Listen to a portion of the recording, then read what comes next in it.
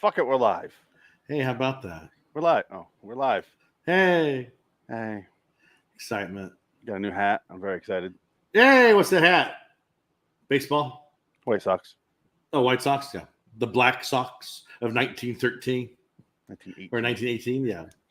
John Cusack Yeah. and Tom Hills. Say it ain't so, Joe. Say it ain't so. Can't watch that movie. Really? It's a good movie. Have you seen it before? I saw part of it. We talked about this before. I'm like, oh, did we? Okay. Yeah, it's like a hard to watch thing. Oh, it's come on.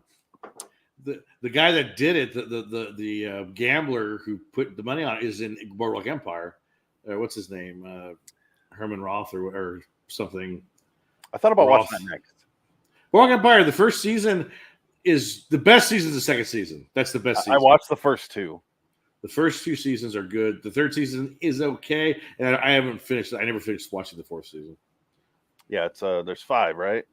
I don't know. I can't remember. According to HBO Max, there's 5. Is there 5? Okay. But, yeah, I didn't watch I watched the first 2, and I really enjoyed them. And then I just didn't for some reason. I had the first 2 on DVD and just watched them, and just kind of lost track of it. This is back before streaming, you know. Right.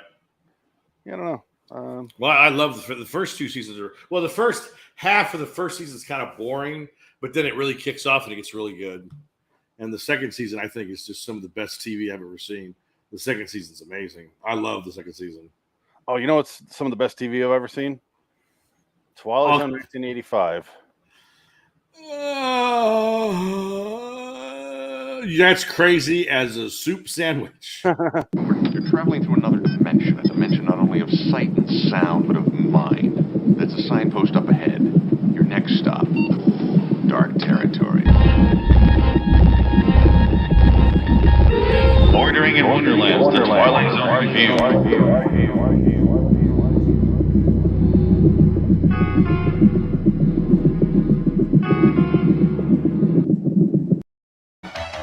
As certain as death and taxes, we are told the meek will definitely inherit the earth. Perhaps, but not always. Consider, if you will, Mr. Archie Lochner, a well-known petty crook, sidebar 6-for-5er Shylock, registered coward, and owner of a yellow streak so vivid it could be slathered on a hot dog. Mr. Lochner was written out of the will when the meek were guaranteed their inheritance. And just now, he's trying to avoid another kind of payoff.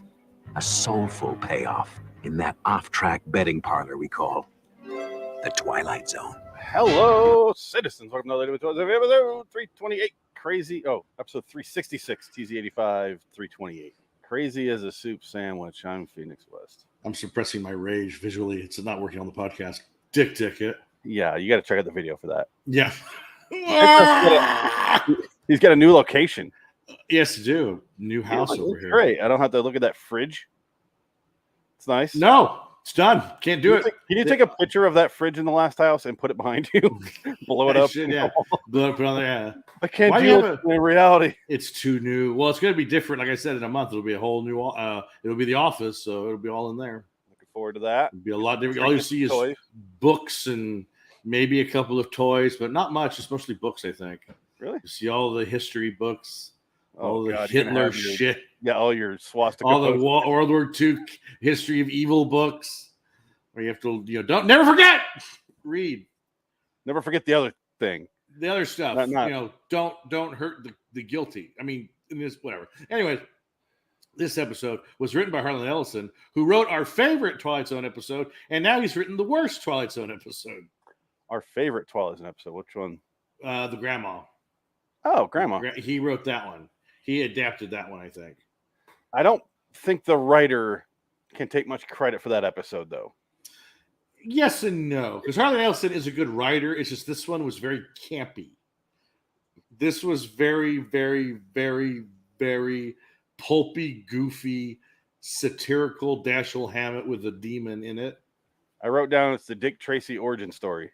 Pretty much, a little bit. Because visually it looks like Dick Tracy. Yeah, and what's funny is like literally 10 years later, there was an HBO movie called Cast a Deadly Spell, which was basically the same kind of idea. And it's actually a really good movie. I love that movie. It's Fred Ward, rest in peace. Andy Garcia in that? No, David Warner's in it though, of course. Yeah, makes sense. David Warner's in it, and it's actually really. It's on HBO Max. You can watch it. It's Cast a Deadly Spell, and then Dennis Hopper did a follow-up directed by Paul Schrader called Cast the Deadly Witch Hunt. And it's in the 50s, and it's about it's basically it's their noir films, but it's basically Hollywood with magic. It's like magic exists, and everybody can do magic tricks and sorcery, and it's really actually really well done. Oh, it's like that good. really good movie called Red Light with De Niro. No, I didn't see. That was a modern movie. Yeah, About like ghosts, wasn't it? no, he's a magician. Was it? I thought it was about ghosts. No, the whole time everyone is trying to figure out how he does his stunts. Turns out he's actually just magic, and you're like, ah, that was the movie. Okay, That the one with Cillian Murphy in it. yes. Oh, really? So it was about. I thought it was about ghosts. Well, now I have to watch the movie because now I'm curious. How dumb is that? He makes the lights blow up in the. That's like I forget what era it's set in, but he makes all the lights blow up, and that's how you find out he's really magic. Red Lights. I'm looking it up right now. 2012. Wow, that's a 10-year-old movie. Wow! Oh my god! Back when De Niro was still terrible. Okay, well, they set it up like it's about psychologist Margaret Matheson and her assistant study paranormal activity, which leads them to investigate a world-renowned psychic who's resurfaced after a while. It plays like he's a magician. I haven't seen the movie in 10 years. That's just what I remember is right. It's actually magic. I wonder if it's on Amazon. If it's free. It's on Freevee, whatever that is. Oh, fuck is Freevee? I don't know, but I keep seeing it on IMDb. Peacock with subscription, Pluto TV, and Pluto TV. I think is I have no idea. Yeah, just ignore that. I don't know what that is. Whatever the it's like Crackle. It's like Crackle on the PS4 or Crackle on the PS2. Like it's the worst channel ever. They never have anything good because all Sony movies are shit. Do you think slasher channel? What? Which one? What's that slasher one? Or like the horror movies? There's Shudder. Shudder. Yeah, I got Shudder. Oh, really?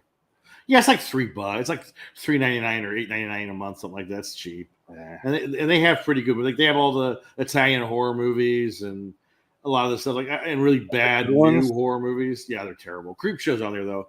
They have the old Creep Show. Yeah, I should watch that. I haven't watched it though. That's I just waiting until we watch it on here. Yeah, that's why I did it was because Adam was saying, "Oh, it's pretty good. Shudder's pretty good." Yeah, I'll probably get it. It's a good show. There's some good. They have good original content on there. They have like interviews with horror people and. It's not bad. It's worth the $8 or whatever it is a month. It's whatever.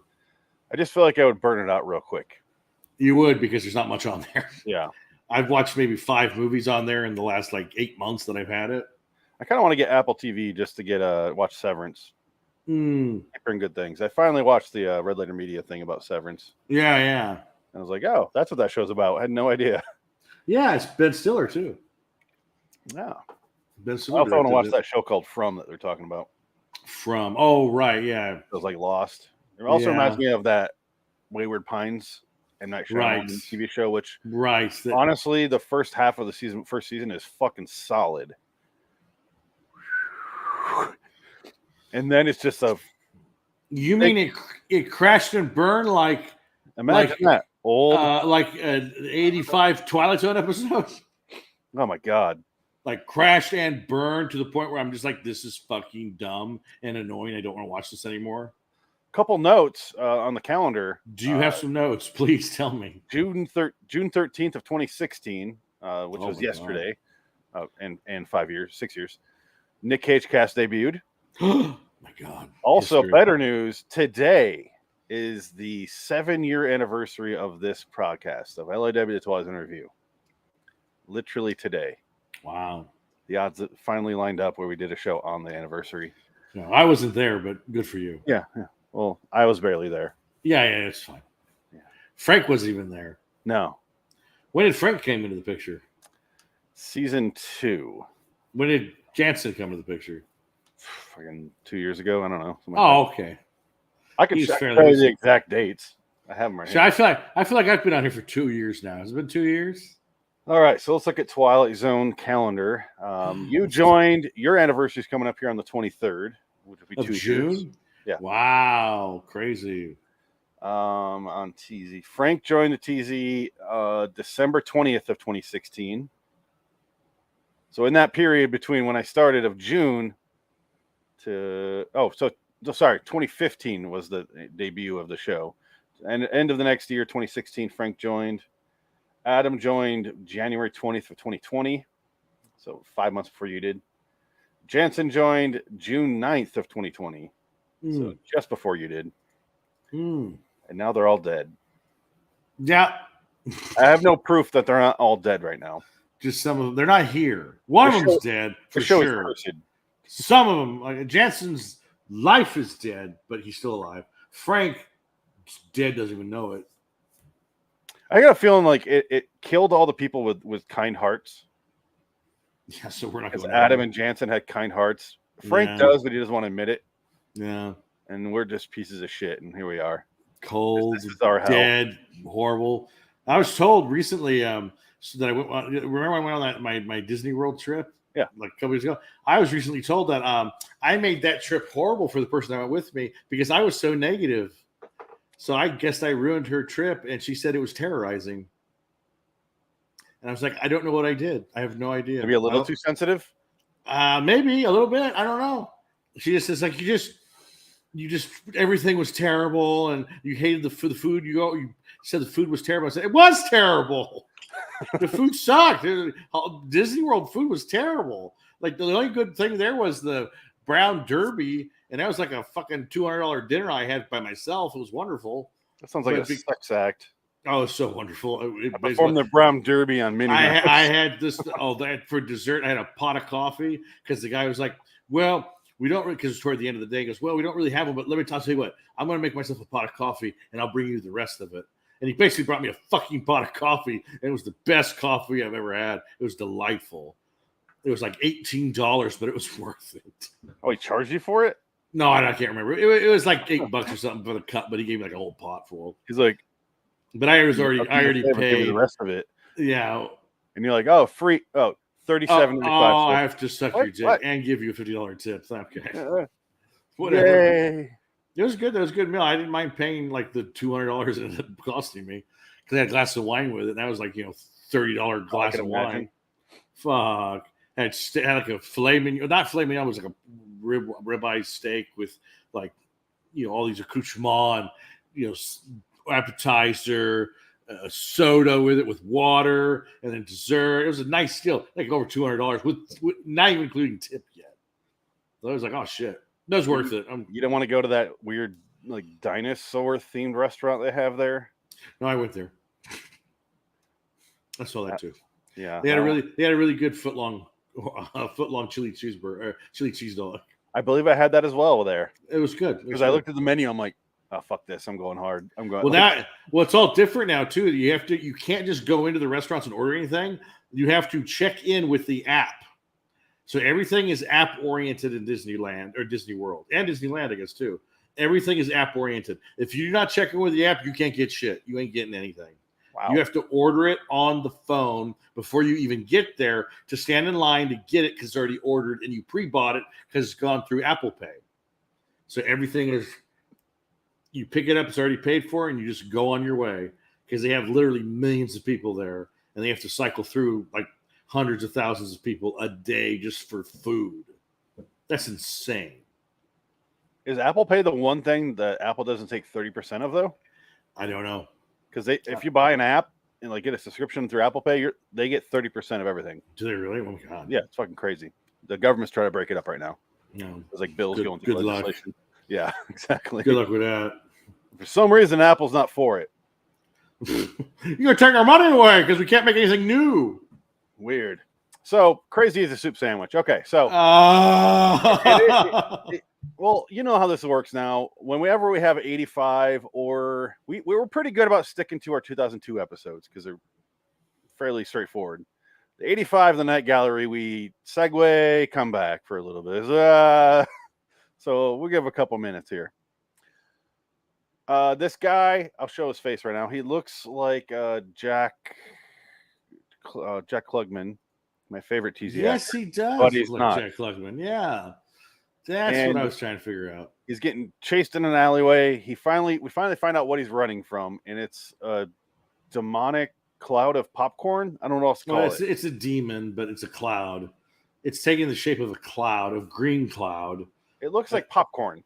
It looks like something out of like Ghostbusters cartoon show. Yeah, but it's like all these gels and lights, and it's like the very, very, very 90s and 80s. Is your flight, you four-flushing fistfire! And he just keeps running back on the same back lot. Yeah. Same thing. And Over then and the over. demon keeps throwing epithets at him and like nice wordplay shit. And it's not like it's it's a goofy, it's a bygone era episode. It's written by a guy that grew up on 1940s and 30s pulp cartoon comics, like pulpy comics that are very goofy, tongue-in-cheek, and this is what it is. It's all this is. And I never liked that stuff. It's very dated. It's just but it is what it is, and what it is, it's fine, but it's like I don't like this stuff, so I'm not gonna be a fan of it. It's not horrible. No, it's not horrible. Say that. It's just not our cup of tea. No, it's goofy. It's very goofy. I'm fine if it's goofy, as long as that's like poignant. But there's no poignancy here. No. It's just because I like the stylistic choices that they made with the colors and the outfits, and the characters are all like, it really was Dick Tracy. Like, Yeah. Oh, come on, or like Roger Rabbit, or Right. Yeah. where everyone's over the top. And the problem is the story. I didn't know what the fuck was happening. And then when I figured out what was happening, it wasn't that it was complicated. I just was like, why is this mobster? Oh, he's a demon himself. Oh, that's the big twist. It's like, I figured it out before that, right. before the reveal. But I'm like, oh, he's all right. And what else is? No, that's it. So it doesn't have anything to say. So it's style over substance, which is kind of why I don't like it. And you have the end of the episode with the closing voiceover. Because that's what he says. That's as crazy as a soup sandwich. Yeah. I've never heard that phrase before, and I'm like, I've heard it. That's why I've never heard that phrase before, because it's stupid. Yeah. I'll play that at the end. But brother, can you spare a dime? The depression is happening. You're as crazy as a soup sandwich, boy. Yeah. You're the bee's knees if you think. Oh, bee's knees. Oh, Lindbergh's baby. That's crazy talk. Lindbergh, a Nazi. I can't believe it. At least the Dick Tracy movie has substance to it. There's characters there that I think are fun. Right. Everyone's doing the same kind of wacky performance, especially Al Pacino. He is going for it in that movie. And it works. That movie works. I don't love it, but I like it. I can watch it and not be like, oh, this episode felt longer than Dick Tracy movie does. Yes, it did. And it doesn't have Madonna to blame for it. It has like knockoff Kmart Madonna. And it doesn't have Danny Elfman's wonderful score. Yeah. And it's the same visually, very similar.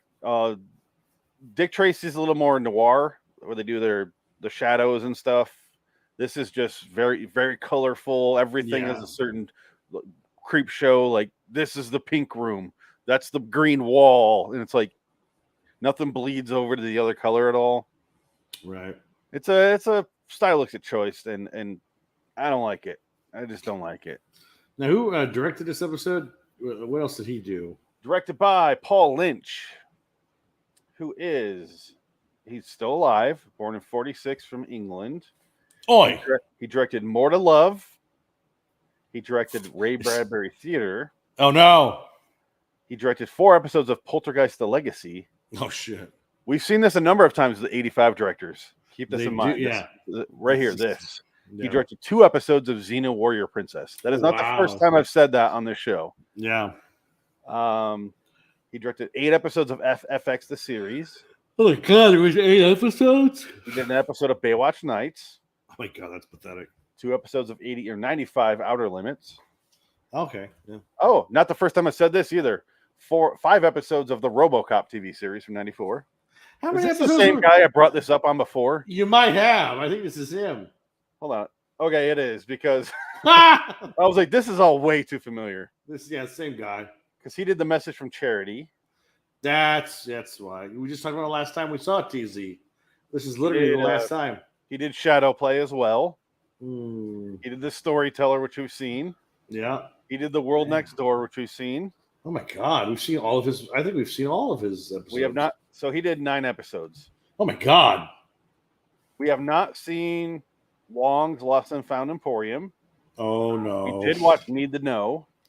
That was the really good one, I believe, with Frances McDormand, wasn't right. it? Yes, I think it was. Yeah.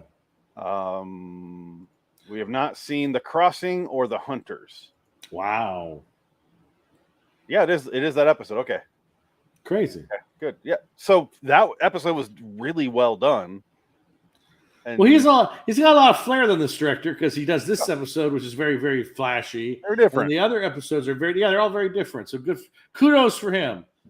If you know you're going to be on a TV show for more than one episode, this is the way to do it. Make them all look different because there's no way his directing could have saved this stupid story. No, I think So he go knew that too. Go for it, man. They're going very broad. This is a very broad episode, and I guess that's just the style choice, and that's just how it is. So as written, it is what it is, and that, I mean, I'm just not a fan of that kind of broad, very, very like old school humor / twist at the end thing that they did. Well, it's very broad story-wise, very specific visual-wise. Yes. It's like a weird cross. So it ends up being one of those episodes that's like for like 14 people. Right. Yes. That fucking there's 14 people in this world that love this episode. It's their favorite episode, and that's for them. And I kind of admire that because that's bold to make that decision. I have every issue of shock suspense stories. And it makes sense because this is the episode that really ended the series. Is it? Because it's not on IMDb, it's not the last episode on there. That's the, I think, father and son game we've done. But on the DVDs here, it's the last episode. So I don't know which one was the last like aired episode. That's if this is the last aired episode, that's kind of what a way to go out. It's a very odd choice to leave to be canceled after this episode. Because when I first set up these episodes of 85, I just did the order on the DVDs. I had this DVD set and I went down it. And then I'm like getting very confused trying to find them on IMDb. And I'm like, fuck it. I'm rearranging this, just going off IMDb numbering. So there's a big change when we first started, like 20 episodes into this. I was like, fuck it, going to their numbering system because this is fucked. And it's been a lot easier since then. But now I don't know what's what. Like, well, doesn't Wikipedia have an option where you see everything, or IMDb don't they have the air dates on the list? So this episode is April 1st, 1989. So I guess it's a fucking joke. 89. Really? 1989? This shit. Special service was April 8th, 1989. Wow. Father and Son game was April 15th, 1989. Wow. So this was 80. This show was what, 86 to 89? 85 to 89. 4 seasons? No, it's 3 seasons, but you know. Oh, so 85 was basically just like half the year. It probably premiered September 1985. Yeah, it's and went to 86. Yeah, and it probably took a 6 month off in between, or maybe it was a hiatus. They didn't know it was going to come back, and then they brought it back for one more season, and it was done. You could not be more correct. First episode with Bruce Willis was September 27th, 85. Makes sense. Season ended April of 86. Season 2 is 86 to 87. Season 3 might have been stretched out because they really released them after it got canceled. 88 to 89. So I guess they took a year off there. Yeah, it's kind of odd. They must have been on the bubble. They brought them back. I would assume so. I will look into that. That's interesting. I'm yeah, going to put a note right here. TZ 1985. Or is there a year off? Is this like SNL when Lorne Michaels left SNL and that season can never be found again? So the Robert Downey Jr. era with Eddie Murphy, Michael, all that stuff. Anthony Michael Hall. Yeah. Yeah. Julia Louis-Dreyfus. It's like Lorne Michaels didn't produce those, so they're never seen again. They're in some vault somewhere. Joan Cusack. Yeah. Julia Louis-Dreyfus. Yeah. A bunch of like Charlie Rocket. He's got slit his own throat. Jim Belushi. Yeah, there you go. Oh, had to be a Christopher Guest. Yeah, just one of those things. Yeah. I don't know. I really don't know. I'll look into it. We'll talk about it next time we're on there. I put a note here. Yeah, now I'm curious because it's kind of odd. They have it's like The Sopranos when they had like 2 years in between, and then they had the last season was A and B, which is weird. Because I just saw that the other day. I was watching one of the later episodes the other day for fun, just watching it. By the way, finished it, huh? Finished it. Watched the movie. Yeah. Do you want to discuss it on Saturday? We can, yeah. After our so Saturday is What Have You? To Have in the Hole from Inside Number 9, and then Amos and Andrew. I can't imagine we'll talk about Amos and Andrew that much. I still need to watch that one. Yeah, it's actually decent. I like Amos and Andrew. Yeah, I'll probably like it. It's fun. I haven't seen it. I want to watch it. It's a very 90s, so you know what you're gonna watch. Those 90s wacky movies where everything's going crazy, but it's still fun. Right. Like it was a fun movie. Is it as bad as Trapped in Paradise? Trapped in Paradise is very similar to it, but this is better than Trapped in Paradise. Okay, there you go. Because it's more for adults instead of and they're not doing they're not calling someone a retard every 5 seconds and that like they do in Trapped in Paradise. Well, that doesn't bother me. You're like, calm the fuck down. Like, I get it, but calm the fuck down. Get out here, retard. Yeah, he's constantly yelling at Dana Carvey for being a retard. And you're like, calm down.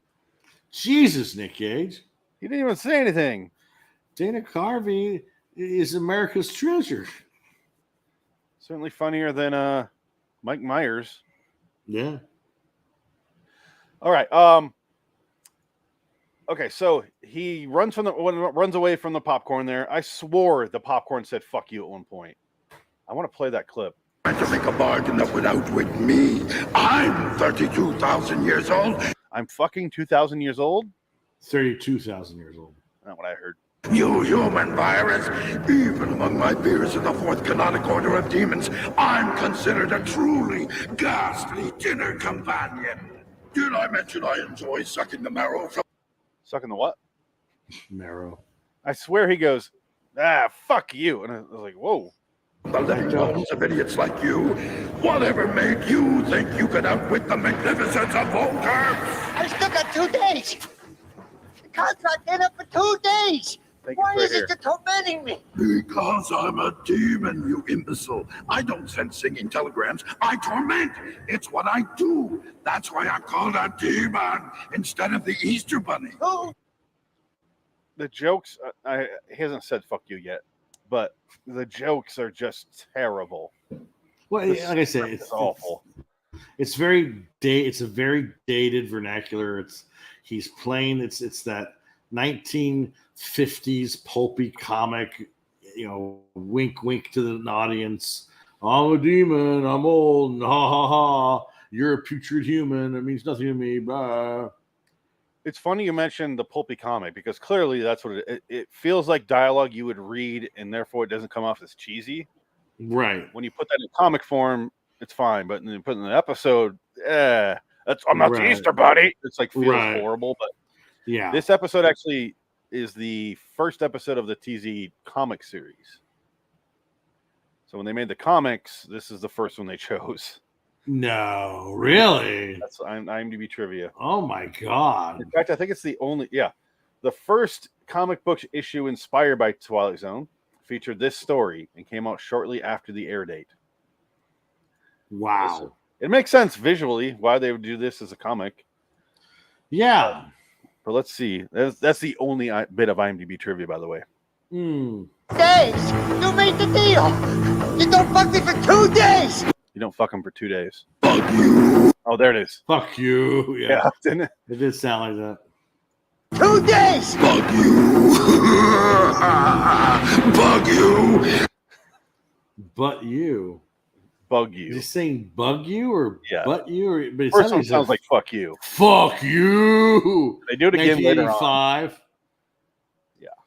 Fuck you, censors. Basically, he owes this demon his soul. I don't know what he has to do. We're never told what he did, right? He just said I summoned it to win something, money or something, or in order to get money, he sells he has the to demon pay 51% of his soul. He has like right of first denial, like it's like he's an actor. Okay, right. He screams it later. I just remembered this right now. And his side of the bargain is he gets like a bunch of winners of races and stuff, but it was like all the horses, they would just die immediately and the money get pulled. Something stupid like that. Like they find out the horse is juicing. Right. It's a convoluted speech he has at 150 words a second with the henchman or with the boss, because he goes back to the boss's office. He runs there and he's like, we've been looking for you. Why are you running here? And he's like, you're not going to believe me anyway. I'm running from a demon. And let's talk about the boss. Because the boss has a couple henchmen who are wacky. Yeah. They're holding stuffed animals. That does look like Dick Tracy. Yeah, they're the color palette of that allegory. You gotta help me. There's like toys everywhere. You gotta help me here. Oh my god! I think my Paul's is gonna eat me. No, he's gonna give me to his wife, this snake lady, and she's gonna eat me. All right, he keeps going. I'm not gonna play it. If only that was Leslie Nielsen. But I just want to show this. Where is it? Fuck you! Sit, Bork. Okay, so he's playing with a little animal over here. Before we have Gus and... So it's right after this. He sits down and the henchman... This kind of deal with this stuff. They're playing with stuffed animals. There's a reveal here in a second, and I don't want to play too much because it's fucking stupid. This thing with big teeth. Called... Big teeth. Wouldn't you be embarrassed as an actor to do this? There it is. Well, that's the thing, yeah. All right, here we go. They're playing with little animals. Yeah. I have no excuse for this episode. Do you think these guys were gay porno actors in the 80s? Is this not the same actor, just added on facial hair in one shot? Maybe. Well, they're probably brothers. Maybe they're brothers. I don't know, but they like to shoot twins in those days. Remember the brothers in T2, and they were in a bunch of movies together? The twin brothers. The McNamara twins? I have no idea. You get the Double Mint twins. And then you had the other twins that were guys that got killed in Hellraiser 3. Hell on Earth? Yeah. Oh, okay. I remember twins there. The one where they go to... No, I'm sorry. Hellraiser Bloodline. Forgive me. It was not Hellraiser 3. It was, the one in space. See, good thing you said Earth. Because, no, it was the one in space. Even though they were in the present-day Earth, but whatever, it doesn't matter. 99% of that movie is on present-day Earth. Yes, except, well, they have 10% of it. It's on the space station. I use air quotes. Space station, which looks like a generic set that was left over from one of the failed pilots of some sci-fi show that they shot like 2 weeks before. Yeah, it looked like an episode of The Crow TV series. Yeah, it was pretty terrible. Jason X was very similar, where you're like, oh, Jason, that's awful. Oh, yeah. You pulling a Frank right now? You falling asleep? No. I'm just closing my eyes thinking about all the wonderful moments of this episode. You're as crazy as a soup sandwich, Dick. You're crazy as a soup sandwich. So, yes, but that's all this is. All this episode, you're trying to figure, we don't really know what he did, and then the demon comes and gets him. And then the worst part was when the demon becomes physical, it's the worst design of a demon I've seen on a cheap TV show, I think, ever. And I've seen a lot of cheap TV shows. This one's pretty bad. Why is there sexy saxophone music when the main bad guy is telling him his plan? $1,000 plus the interest for 4 months. Hold on. Of my association with Miss Thorne, of course. You've bought yourself a momentary reprieve through dint of sheer imagination, Ark. No, right. Oh, but yeah, the demon is awful. Because I guess the plan is the main bad guy here, the mafia, the kindergarten mafia boss here. Yeah. He's like a kindergarten cop. It's one of those bad guys. But he's like, right, I'm going to get your demon and talk to him to get my own deal. I think that's the plot. Well, he's very, very, very. What happens is they go see the woman that summoned the demon, and then the demon kills the summoner of the demon, and then they run out. But the mafia boss says, "You guys go ahead. I'll take care of this guy right now." Okay. Oh, and like he comes back. He's smoking, and he goes like literally smoking. Not smoking. Clothes are all fucked up. Clothes are smoking, and he's changing his shirt. He goes, "I just did a little foot number on him, and I left. He's coming this way, but I need paint. I need a specific paint to put this room together. Lead-based paint to trap the demon, essentially." He has a 10-minute scene where he's going, "You want you to put the lead-based paint here, there, everywhere. When you're done, do it 10 times over." Yeah. I was like, why are we still talking about paint? He looks like a Vince McMahon. Yeah, a little bit.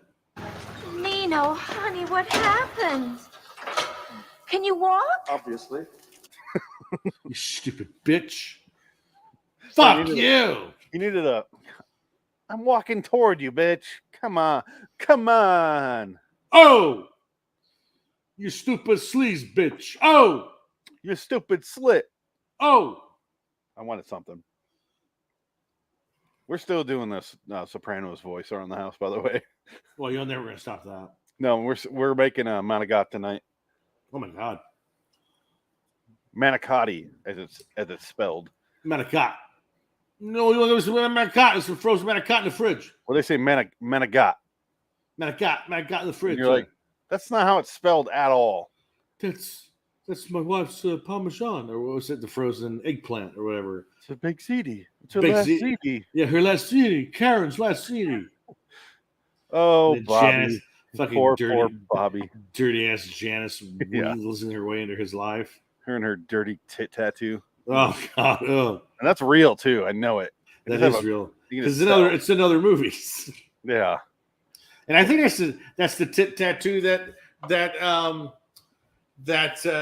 Nick Cage has in Raising Arizona. That'd be funny if it was, because what are the odds? Because he was in that movie with her. And Bringing Out the Dead. Bringing Out the Dead, yeah. And she's also in Deep Blue Sea. The Deep Sam Pussy? Jackson, the Deep Blue Pussy. Deep Pussy. Deep Pussy. Debut scene with Sam Jackson and Thomas Jane, where she's like the oh God, what do you call it? The flight instructor, or she's like in the tower of the island base. Oh my God! She blows up in that movie because the sharks make dynamite and blow her up. Yeah, they like sever that thing, right? Yeah, it's like the sharks are smart. There's that thing that goes all the way up that connects it. The elevator thing. They were essentially we went down into the undersea world. Okay, yeah. I haven't watched the movie. That was like episode 5 of this program, of this network. Oh my God! And I haven't seen it since then. But well, it's not. I enjoyed it. I thought it was fun. It's only fun to me for Thomas Jane and how much he doesn't want to be there. LL Cool J. LL Cool J and his parrot, and they hide in an oven. Try to kill my bird. Yeah. And then Sam Jackson dying early on. Yes, that's the best part. That's all that movie's known for. That's the greatest jump scare, I think, in history, is when Sam Jackson goes, "You gotta stick together." Ah! He gets killed immediately. Because not only does the shark go sideways to bite him and bring him into the water, it jumped out of the hole. Jumps out and pulls it. It's hilarious. And that was Sam Jackson was the character that said basically, hey, you survived the Himalayas. You had a team of a corporate team there, and you got lost in the Himalayas. You brought them all to safety, and every one of them lived. He goes, that's right, I did. So he was like the big hero, and a shark hits him in 10 seconds. That's kind Everybody of an dies inside in that movie. Yeah. Because he dies, Sam Jackson, and then LL Cool J as a cook lives. Yes. Well, and then also yelling at his ex and Saffron Burrows dies in it too. She gives herself up to save the day because it was her fault to make the sharks in the first place. Oh yeah. And now Alexander Stellan Skarsgård's in it too. Yeah, that's one of his first American roles. He's in that movie. Forgot about that. Like his arm got bit off by a giant shark. He didn't get naked, so I didn't recognize him. Oh, Michael Rappaport's in it too. Oh God, he is. Forgot about that. And he plays the '90s horny guy. Yeah, he's like the dumb. Hey, bro, what's up, girl? I want to touch your ass. Oh, I'm just kidding. It was him, Vince Vaughn, and Owen Wilson, in the weird horror movies in the '90s. Vince Vaughn was in Jurassic Park 2, and Owen Wilson was in Anaconda.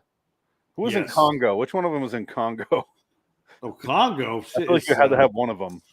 No, Congo's got Ernie Hudson and like Tim Curry, Billy Scott or Billy Campbell or something like that. Well, who does the horny comedic relief? In Congo? Yeah. You had to have one. I think Tim Curry. I don't know. He did the weird accent. He was like the bad guy. He was like the swarmy Euro trash guy. But I don't think there was unless it's the guy that Grant Heslow, the guy that co-wrote Good Night and Good Luck with George Clooney. He's in it. He's the guy that gets brutally murdered by apes at the end of the movie. Like really sad. Grant Heslow. You'll know when he's in True Lies. True Lies, yeah. Yeah. Dylan Walsh. Dylan Walsh, that's who I was thinking of. Who I've never seen since. Has he been in anything since Congo? Yeah, he was in TV. The main character of Nip Tuck. Wasn't he in House? Was he in House? I don't think so. What's Dylan? He wasn't a main character. What's Dylan Walsh's IMDb? What's he been in? The Stepfather movie from 2009. I saw that as well. Yeah, that's terrible. But Nip Tuck was great. I like Nip Tuck. I don't think I ever watched Nip Tuck. Good show. Not great. I would never say great. It's like a fucked up soap opera. Right. Yeah. But it's Ryan early. Murphy. It's early Ryan Murphy, where you can't get that far out, and so it works. Yeah. Not every character is gay, Ryan Murphy. I mean, half of them are. Right, but they're not like everybody is gay. Even the people who have children are gay. It's just everybody's gay. It's not Ryan Murphy season 8 of American Horror Story. It's called Apocalypse, where all the survivors of the apocalypse are gay, and you're like, well, they're not going to get very far. What was the point of? It's all gay men and Kathy Bates. Nothing's going to happen here. Oh, I'm trying, guys. I just can't do it. Okay, I'm sorry. I can't. And plus, she's 68 years old. She can't have children. I'm looking. That uterus is that uterus is drier than old avocado toast. I would still fuck her. She's my favorite actress. Oh, I love Kathy Bates. I just looked it up, and what's his name? Dylan Walsh is married to Melora Walters. Good God. Why isn't it else? Melora Walters. She's from Magnolia, Boogie Nights, Dead Post Society, Butterfly Effect. You know who she is. Let me look. I'm gonna show. Let me see the picture. I can't. Dead Post Society. No way. No. Really? That's I can't. Yeah, I cannot put a picture to it. Who was she in Boogie Nights? Jessie St. Vincent. Oh, she's like barely in it. No, she's probably barely in a lot of stuff. But point is, some good stuff. She apparently knows PTA. She must be. That's what I mean. Was she in Licorice Pizza? No. The last terrible one that he did. I didn't watch that. I didn't watch it either. I've seen Inherent Vice. So I can sit through anything. I did not watch Inherent Vice. I watched half of it. Yes. And I went, oh no. Did you hear? Did you hear about Joker 2? Oh no. No. I did. Like, what are they thinking? What are they? Is that a joke? Like, I thought that was a joke. My friend texted me saying they're going to make it this. I was like, it's a musical. Is that and Lady Gaga's going to be there? What? Is that a joke? Like, no, it was I saw it. And then later on that today, I was like, oh my God, it is. They are saying so. Oh my God, that sounds awful. I saw that early yesterday. Why would you do that? Unless it's a joke. I wrote Joker. I read Lady Gaga confirmed for cast of Joker 2, says Todd Phillips. And I went, all right, yeah, well, that makes sense. Yeah, she's okay. She's going to be Harley Quinn.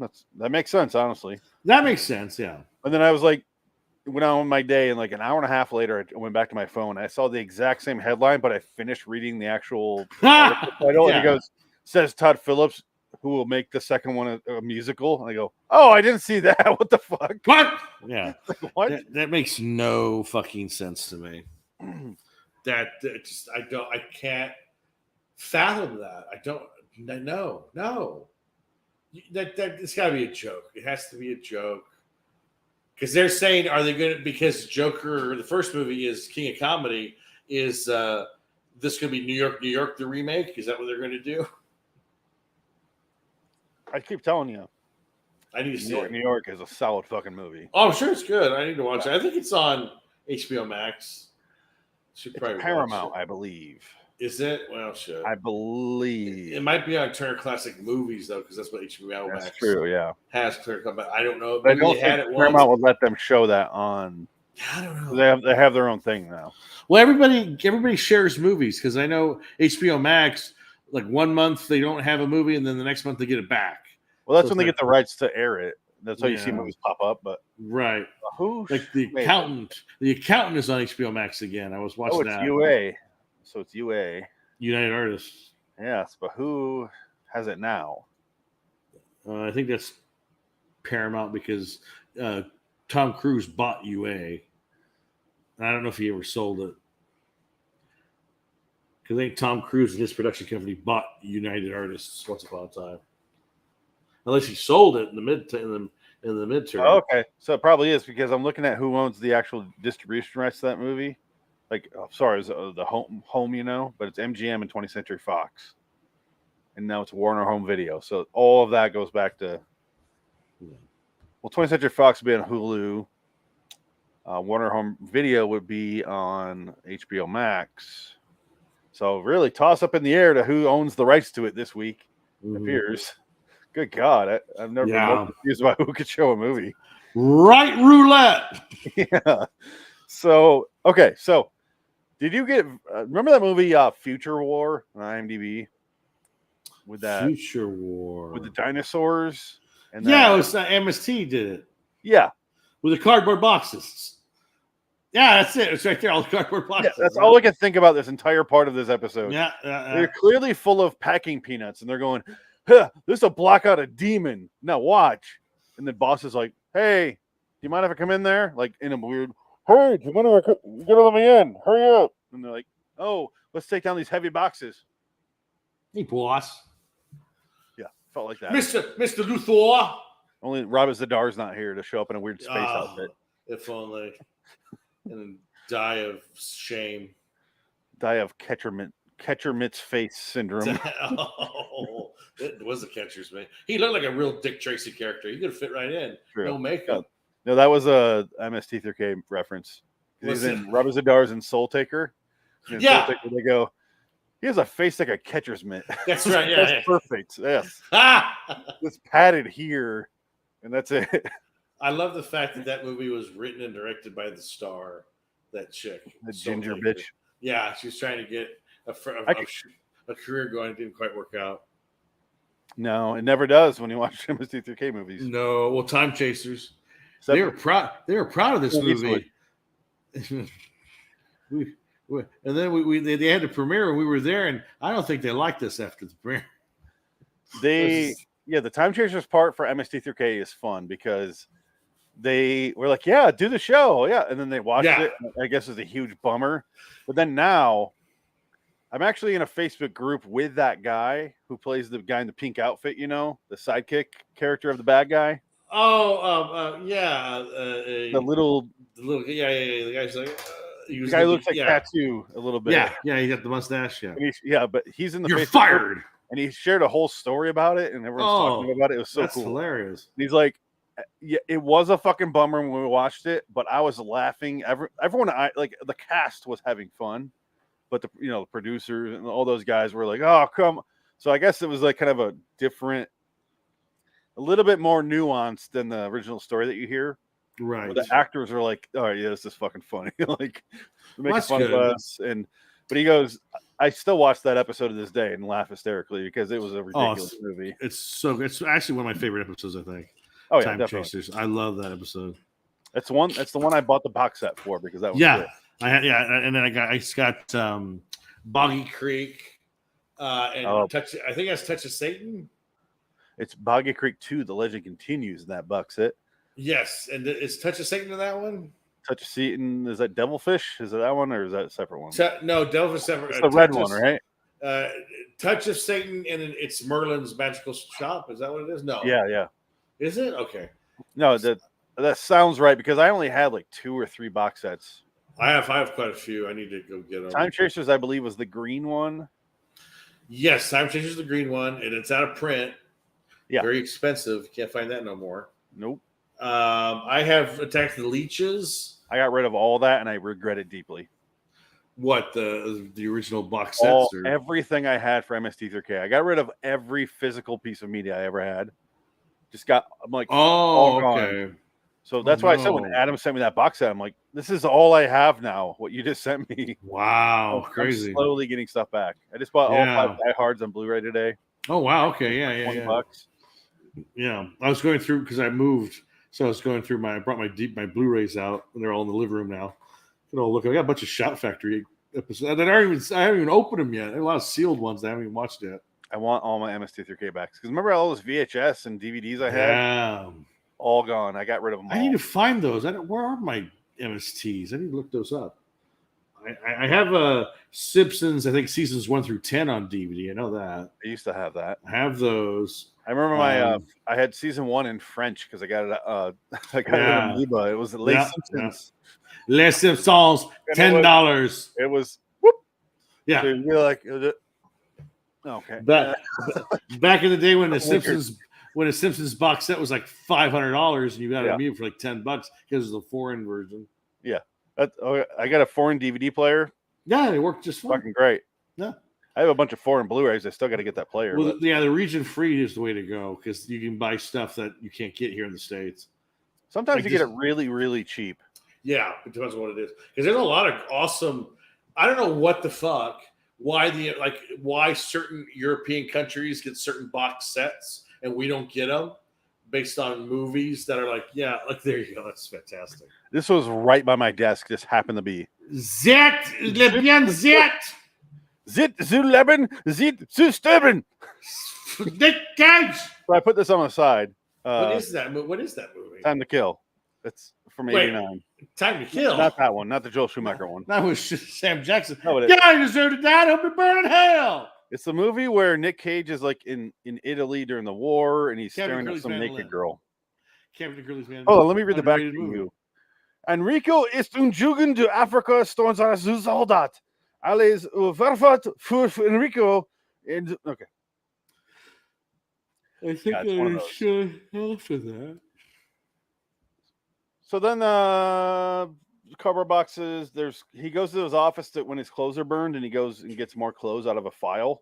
I thought that part was kind of funny. Was funny. That was funny. I enjoyed that. When he's like, so it ends up being. So basically you find this guy is a demon master. So he has his father in a box, and now he gets the son demon and puts him in a box with his father, and then he tells like little Jack Klugman look-alike. He's like, you got debts to me now. I'm going to take care of you. You're going to owe me now for the rest of your life, little boy. Yeah, I'm just going to play this, and then I'll play the outro. And we'll play the outro because I want to show the clothes in the file because that part was actually that was fun. Yeah, I like that because it was actually a clever joke that I've never seen before. I felt like a Naked Gun bit. Yeah, he's looking at with my shirts with files. There you go. So instead of looking at the clothes, he looks at the file names, which is because he can look at the clothes, and that's what made it funny to me. Yeah, I enjoyed it. On. Yeah, and again, he looks like Vince McMahon. I love those Vince McMahon memes where it's like his reaction to different things. At the very end, he's like, his eyes explode. Oh, I forgot we want to show the. I'm actually losing. It looks like an episode of Buffy. Yeah, it's bad. It looks terrible. Fuzz, ichor, and lovely slime. Well, that's terrible. It's a horrible design. He gets a box and a little like talisman, like we talked about earlier. Yes. And that's it. So is this the actor? This guy looks like the guy from Pee-wee's Big Adventure, and he was also John Wayne Gacy. The same actor? This is a Buffy reveal. It looks cheaper than an episode of Buffy, and I guess it's like 10 years before. Oh, Still, yes, very much so. Small potatoes. small potato. Papa, what are you doing in here? You idiot. I know I shouldn't have left the family business in your claws. And he closes it. All right, well, let's get the outro. I gave it a 4. I'll give it a 4. I wanted to go harsher, but there's some fun stuff. Yeah, I yeah. respect it. Yeah, there's some nice things in there. It's not all. It's like I said. It's pulpy. It's a different era. It's comedy of a different time, and that's what gives it kind of its charm. But it's just not my cup of tea. I just don't like humor like that. I never did. Exactly. It's more out of respect, my 4, because entertainment, I 2, but I liked it visually. I thought it was interesting enough. It's very different from the rest of the 80s episodes, which is why I gave it another star. Right. But overall, not good. Not good. No. But didn't hate myself watching it. I was just like, stop talking like that to everyone. No. I saved that for the next episode. The next episode, I have some very different feelings for. Exactly. Oh, Arky. Poor Mr. Lochner. In that magical, mystical... Did I just hear a pan flute play? You did. Bookie parlor we call the Twilight Zone, there's an old, very old saying. Making a deal with a demon is seriously crazy. But making a deal with the master of demons, well, that's crazy as a soup sandwich.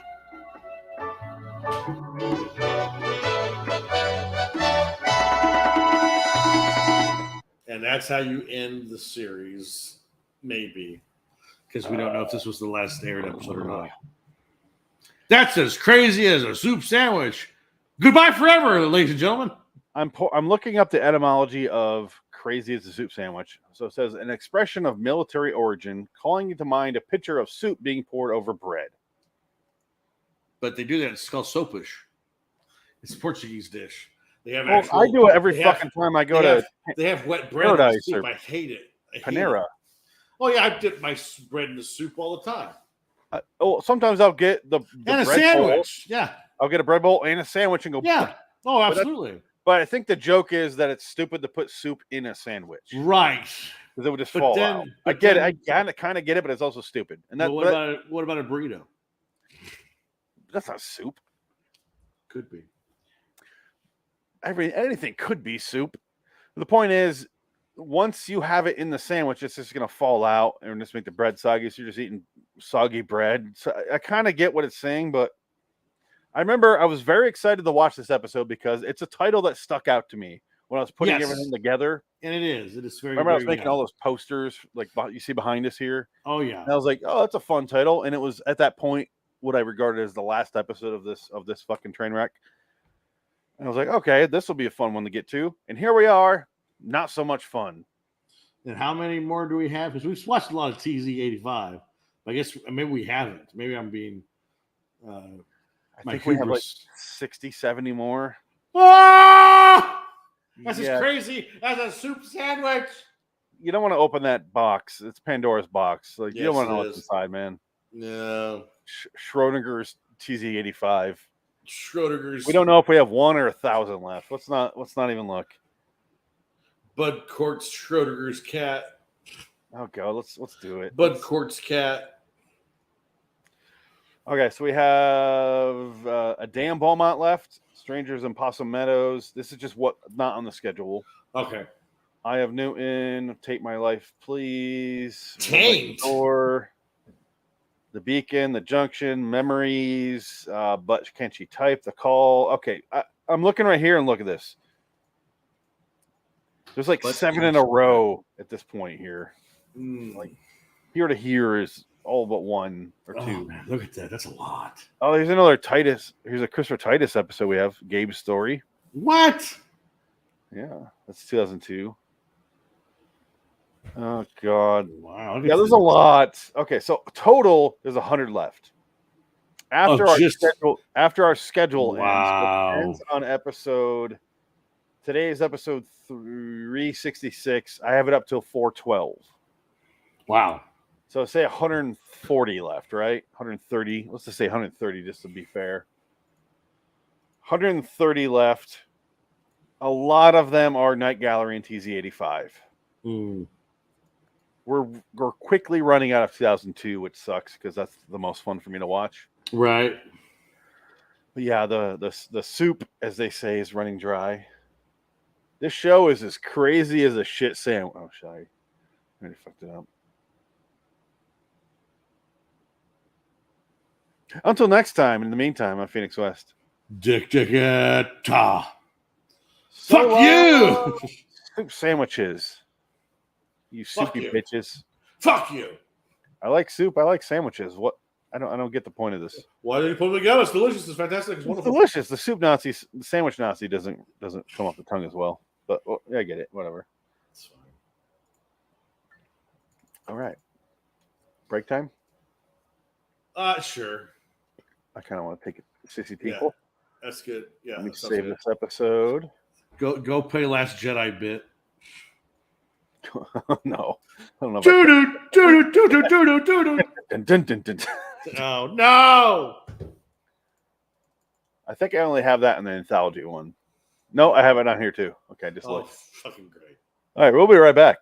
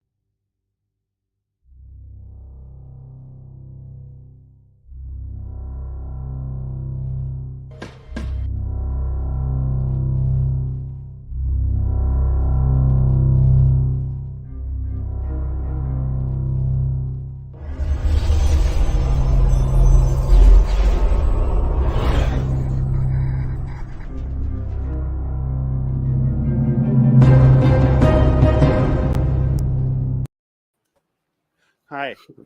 That was perfect timing. I've been back for a while. No. The timing is I just finished saving everything and adding it to the podcast. So.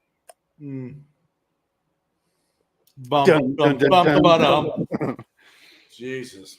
Good luck with that the rest of your night because that's in your head.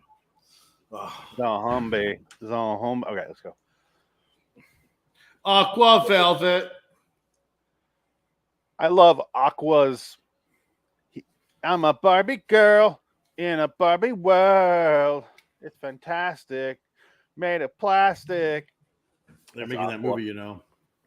Barbie? Barbie The with movie of Aqua. Margot Robbie as Barbie, and I think they have like a tranny Barbie in there too, probably. It better be Michael Keaton as Ken. Like in Yes, Toy Story. Toy Story. That was brilliant. That was a good one. I love Hey, that. how you doing? Nothing better than watching that with my kid, like sitting there, like this movie. Because I love the first Toy Story. Yeah, first one's good. The second one, I think I've ever finished the second one. I finally watched it, and I was like, second time I watched it, I liked it a lot more. But the third Toy Story was like fucking horribly sad. But I was sitting there watching it, and I'm like, fucking Michael Keaton. I recognize that voice immediately because that's our voice of our childhood right there. Is there a voice more recognizable to us as a child? Right, yeah. Michael Keaton, right. Beetlejuice, Batman, Multiplicity. Come on, Mr. Mom. Come on now, Multiplicity. Come on. My Life. Yeah. All those great My Life works is on my list. I got it. I got it on DVD somewhere. Good All luck right, finding that movie. Let's do an intro here. We'll do a short one. What is this? 85. So let's do. Hold on. I want you to fuck me, Larry. Imagine, if you will, an announcer you can barely understand. He refers to a but you're not quite sure what he said. He seems to be eating something, or perhaps he's a little drunk. It's remotely possible that he just said something about the scary door.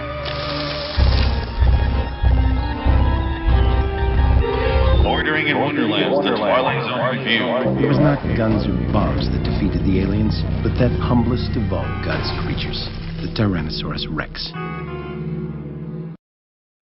Hello, citizens. Welcome to the episode 367. That Twilight Zone 1985 202B Aqua Vita. That's Dick Dickett. I'm Phoenix West.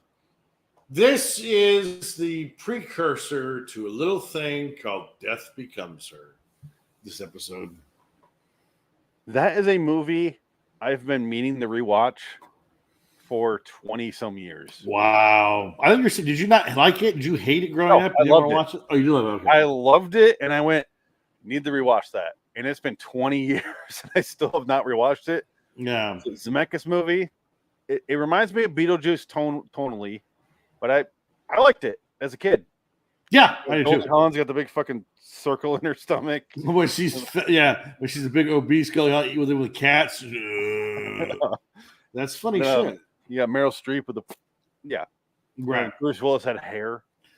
Well, that's when he was still trying to keep that going Up until 95, where he's like, fuck this. He just embraced it. After the debacle of Hudson Hawk, he just said, fuck it, no more, it's gone. He spent half his budget on hair. On hair. Yeah. No, it was 12 Monkeys that made him just go, fuck it.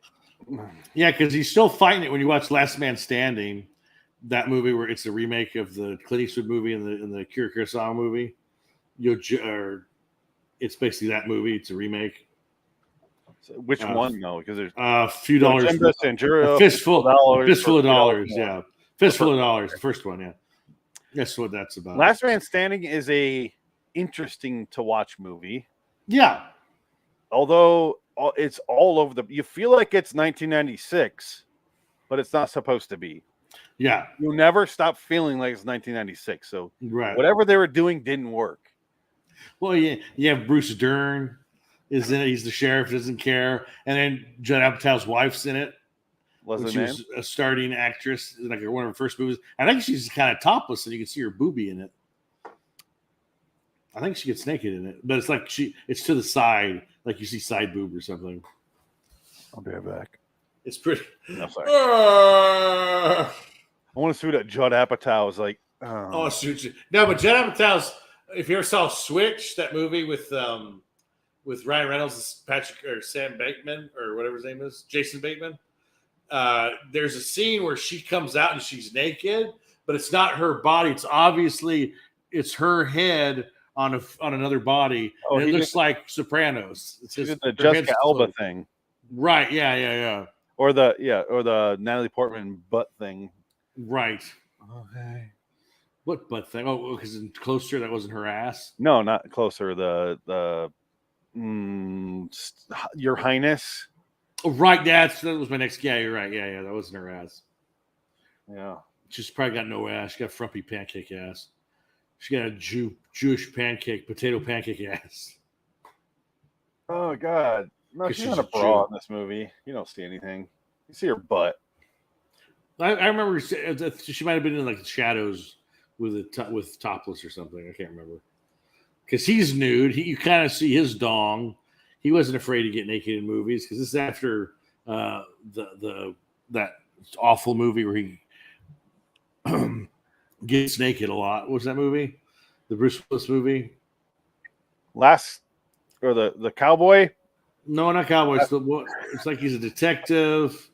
No, I know what you're talking about. The Mark at Night, or yes, I forgot what it's called. It was one of the worst movies ever made. Written by Billy what the Ray. Fuck is the name of that? It's a music part of it, right? No, I don't know. Music was in it. Music in the Night or Color of Night. Color of Night. I think it's Color of Night. Yeah, it was Billy Ray's movie, and he said that was also in Tales from the Script, that documentary. He's on there. He talks about there's a Color of Night channel. He goes, every time I'm on cable, it just pops up and it's on. I'm like, oh my God, I don't want to be reminded. A guy we met. Yeah. And watched the Q&A of, and the guy was better than the movie was. I like the movie, but I like the movie too, but I yeah. really like watching him because I was ready to make fun of him because his name sounds like Billy Ray Cyrus. Yes, he's Billy Ray. He's at our film school showing Shattered Glass. And we're sitting there watching. I'm like, oh, this is a good movie. I hate Hayden Christensen. So that's a testament to say I actually like the movie a lot. Right, exactly, yeah. Can't fucking stand that guy. Yeah. But like the movie, and then Billy Ray talked about it after he did a Q&A. And I was like, I like him more than the movie. Like, I want to talk to that guy. And we never got to it, obviously, because he got pushed out of there. But well, he's done some good stuff. He did Richard Jewell, but he did do Terminator Dark Fate. That's a bad movie. Gemini Man, that was a bad movie. I like Terminator Dark Fate. You like that one? Oh, it's I'm willing to admit it. That's all right. I'll admit I liked Salvation more. Yeah, you told me that. Yeah, that works better on second watching. Yeah, I think that one wasn't bad. I didn't hate it. I was just like, what's happening? I didn't know what was happening the whole movie. So probably second viewing, I had my expectations tampered. Right. I can see that working better the second time around. Yeah, it's a lot more simplistic than all the rest of them. Right. But I didn't know what the fuck's happening. I couldn't tell you one thing. Yeah. All I know is don't stand in his eye line because he'll yell at you. I want you up to fucking set, man. So unprofessional, man. You and I are done professionally. That's the greatest quote ever from a tirade. Other than what we do every night is every time we go live. Fuck it, we'll do it live. Yeah, it's fun. That's our first favorite tirade. Yeah, and we're just doing it out of fun. We don't mean it. They actually meant it when they did it. Yeah, I don't blame Christian Bale for getting mad either. No, if I'm an actor, I'm in the fucking moment, and someone keeps fucking it up. Yeah, I'm gonna yell at you. Sorry, I'm a gentle man too. I'm a gentle man. I'm not a gentle giant. I'm just a gentle. I'm like, oh yeah, do whatever you want, man. But if I'm like in that fucking moment, especially like an actor like Christian Bale, I want you off the fucking set. Yeah, I don't blame. He should know that before he crosses into Christian Bale line. Good for you. I'm trying to do the scene here with Bryce. Hey, come on, McG. McG was directing it. And part of the reason it's so funny is because you never hear the other guy's side of the story because it's not mine. So you kind of hear it because it kind of happened. He goes, "Look, I'm sorry." Goes, I don't give a shit if you're sorry. Just don't do it. Don't do it. In the very beginning, you'll hear like, I was trying to, and then you could tell the guy just went like this. Right, I'm done. So you can't hear him after that at all. Right, yeah. So it's just Christian Bale, and people made fun of it, and I'm like, I don't blame him. That's not unreasonable to me. No, it's really not. Well, and I remember they got mad at Tom Cruise when he had his big sissy fit over Mission Impossible, and I was actually kind of on Tom's side because he was mad because they had to follow COVID restrictions, to make the movies. And if he you said, fuck it up, production gets shut down. Well, that's what he said, and he was saying that to the people. He said some guys just couldn't deal with it. He goes, look, people's lives are on the line here because of mortgages, college. We have to help them pay for this, and you guys are going to make them go to the poorhouse. And he just went on this rant, but he wasn't wrong because he's the producer, and he's trying, we're trying to, these guys work hard. They're making their money. They got to make their nut, and you're going to fuck it up if you guys just put it on. I'm sorry, I don't like it either, but you just got to do it. Just deal with it right now. Just deal with it. And he was right. We're lucky to be working because everything else was shut down. So he says, don't fuck this, basically don't fuck it up. We're like in Istanbul. Wear the fucking mask. Right, Istanbul. You wear a mask anyway. You're in Istanbul. Yeah, wear the Not fucking mask. Constantinople. That was a while ago. I'm going to repeat that. I repeat that shit. Yeah, no.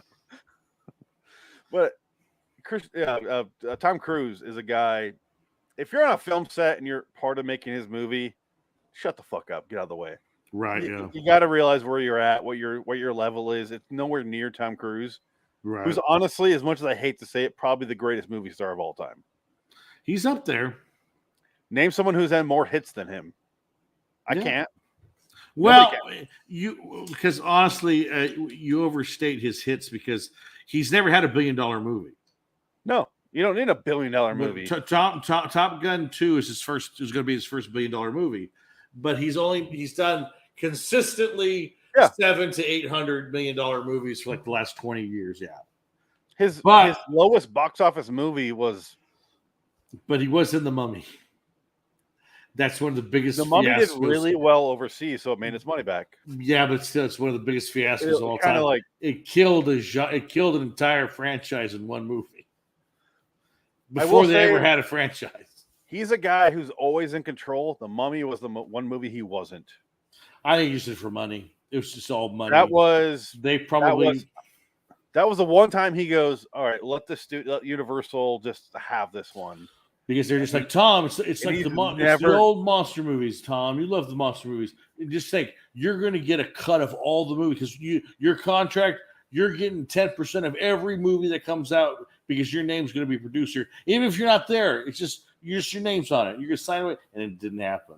Never happened. But, yeah, they probably sold to him like that, and they probably sold to him like you're going to make this percentage. What he made money in that movie, 100%. Oh no, he makes nothing but money on anything. Yeah, he's no fool. But so that's why he also has it written into his contract. I'm going to put it through my production company, which is going to make X amount per dollar. Yeah.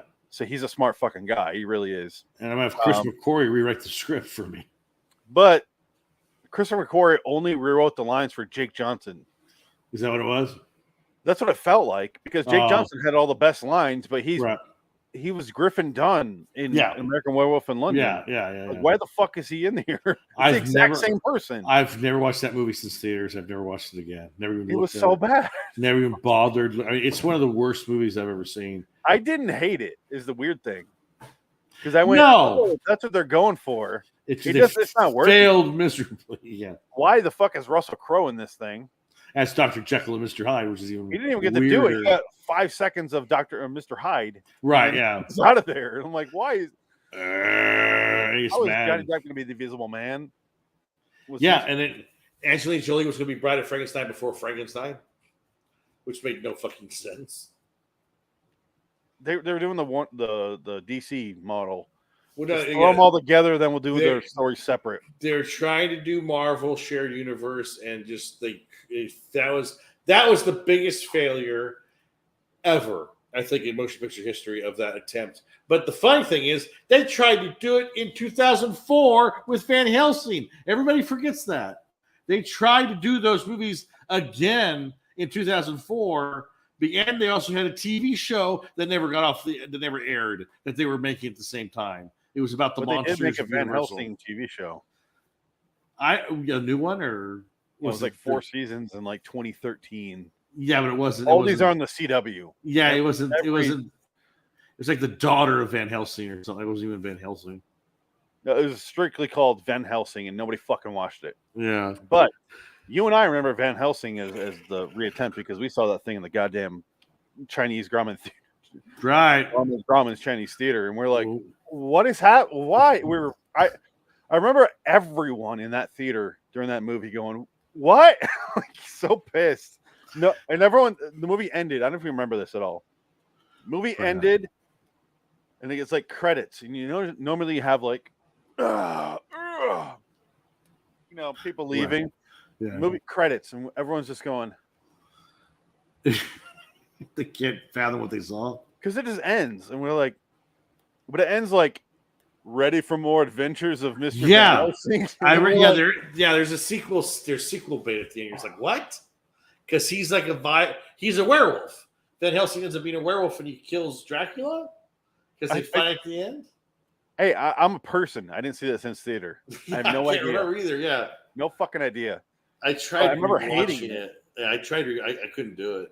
It was. I watched part of it again on HBO or one of those channels, and I was like, "Oh no, it's worse than I thought." I kind of want to watch Hansel and Gretel Vampire or Witch Hunters again. Gretel and Hansel, Witch Hunters, whatever it's called. Oh, Hansel and Gretel Witch Hunters. Right, with Jeremy Renner and Gemma Artichoke. That was episode 9. Wow, we've ever done on this program. Wow, it was fine. I remember just having fun with it. I kind of want to watch it again. It's on HBO Max or one of the channels. I'm kind of like, maybe I'll watch that again. That might be fun. Gemma Arterton, Gemma Arterton, who's one of the hottest British actors. Oh my God, she's so hot. She's just amazing. We've had this discussion many times. I don't argue with you. Yes. I mean, she's no. Alex Daddario. I don't care if my wife's watching right now because there's people watching. I don't care. Is Alexander watching? Who? Is Alexander watching? He was watching. Hugh Jackman. Sorry about Van Helsing. I'm so sorry, mate. Van Helsing's terrible. I'm not even paying attention. I'm getting my dick sucked by a man. Hugh Jackman has 2 movies. I put it on my LIW Studios website as my movie of the year. He's got 2 movies on there. Oh yeah, sure. Prestige. And what do you think? Logan. There you go. Yeah. Great fucking movies. Yeah. Great movies. Hugh Jackman's a good actor. I like Hugh Jackman a lot. He's great. He couldn't save Van Helsing, and I think he knew that during the making of it, and that's what makes it suffer. It was all money. That was a whole money job. That's all it was money. And the reason we're kind of talking about both is because both Hugh Jackman in Van Helsing and Tom Cruise in The Mummy were clearly actors who knew they were too good for the movie that they're in currently. True. Both of them were like going through the motions, kind of like, oh, here I go. It's weird because also kind of the next year after Van Helsing was Constantine. And I felt like he felt the same way too, but he's probably not too good of an actor for that movie. Who? Keanu Reeves? Keanu Reeves. Well, he wants to do a sequel, so I guess he liked it. Didn't it feel like he didn't want to be in that movie, though? A little bit. I rewatched Constantine not too long ago. Not terrible. I was like, okay, it wasn't bad. I thought I remember Shia LaBeouf being more annoying, but I think I was misremembering iRobot. I think I was iRobot. Shia LaBeouf is intolerable, and in Constantine he's manageable. He's okay. He's not that bad. While we're on the subject, dies. Doesn't he die in Constantine? Oh, I haven't seen that since. Can't remember. We watched it in the theater. Since then, and that was the movie that was the movie that followed us all over our Hollywood life because the bowling alley we went to that was in the movie. The Molly's was in it. The Glendale was all over it, and the street Hollywood Boulevard's all over it. They had that hotel too, didn't they? I remember having dinner with Remco's family when we graduated on Highland, I believe, north of Hollywood Boulevard. What was that? Roosevelt. Roosevelt, yeah, all right. Roosevelt. I believe a scene took place there, and I was like, "There we go. All right, full circle, everything." So, but okay, what the fuck did I just bring up before that? Oh, God damn it! I just got thrown. Aqua Vita. Okay, you're fine. Yeah, we should probably move on. Let's talk about the episode. And I forgot this is the B side of What Are Friends For?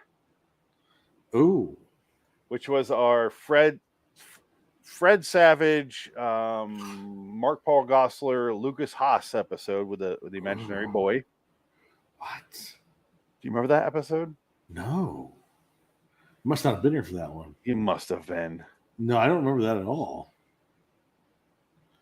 This? No. Okay. Well, let me look it up. You describe, while I'm doing this, you describe the opening of Aqua Vita.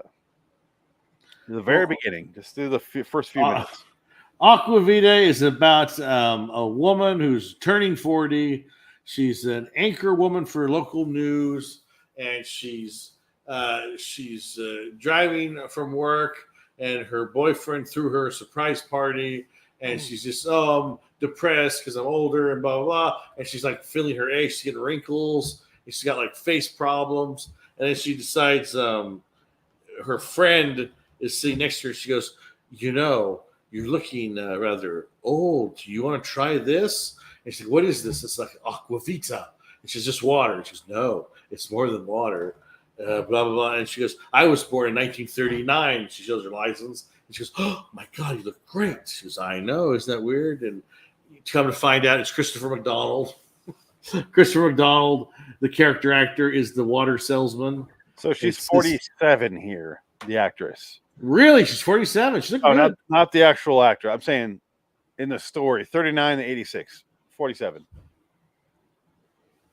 So gives her like the sip of like, here's a little, take a little hit here. Right. Oh, she's a reporter. No, not a meteorologist. She's a news anchor. News anchor. She's an anchor. News anchor. Yeah. Good God, could not think of that title. News anchor. Did I ever tell you I had an interview there at a local station there in Grand Rapids? Why? To be an anchor. Oh, that'd be interesting. I didn't get far enough to actually go like out in the air with the green screen, but I was like, I put in my little thing to be be whatever. Here, I want to work at your station, and they call me back, and I'm like, here we go, and then they never like follow through with the time. I'm like, too bad you could pretend to be the weatherman and talk about camels. No, maybe that's why I like the weatherman more than you do. That's probably why I didn't know that. You had an audition to be an anchorman, and they never called you back.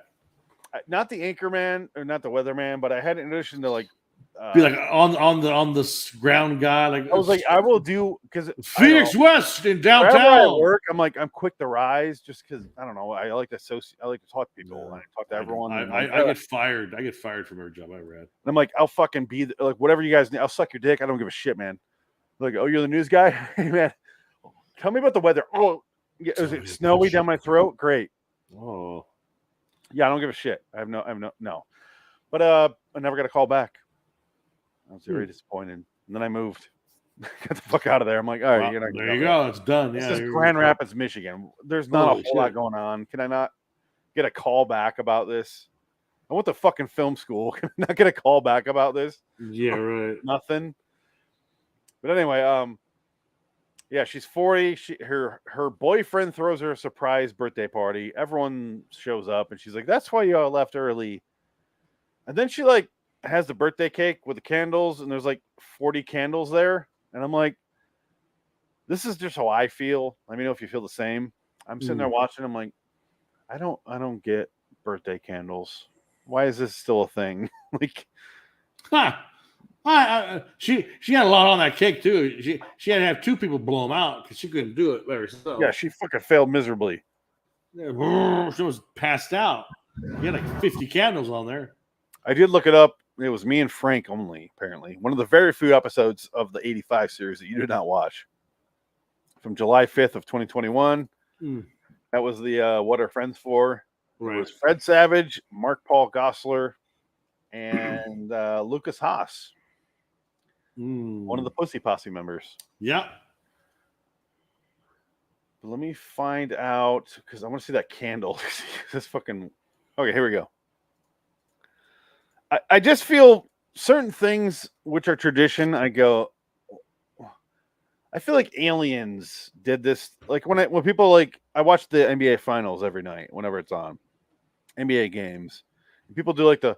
Oh, say, and everyone's got this thing going on with their hand on their heart, and they're like doing this. I'm like, I feel like aliens invented this to make us look stupid. Because everyone's doing the exact same thing, and I can't tell you why we're doing it. Right. But this is... Christy, yeah, maybe you should use this. There's a joke about like the spritz water, which kind of plays in the later.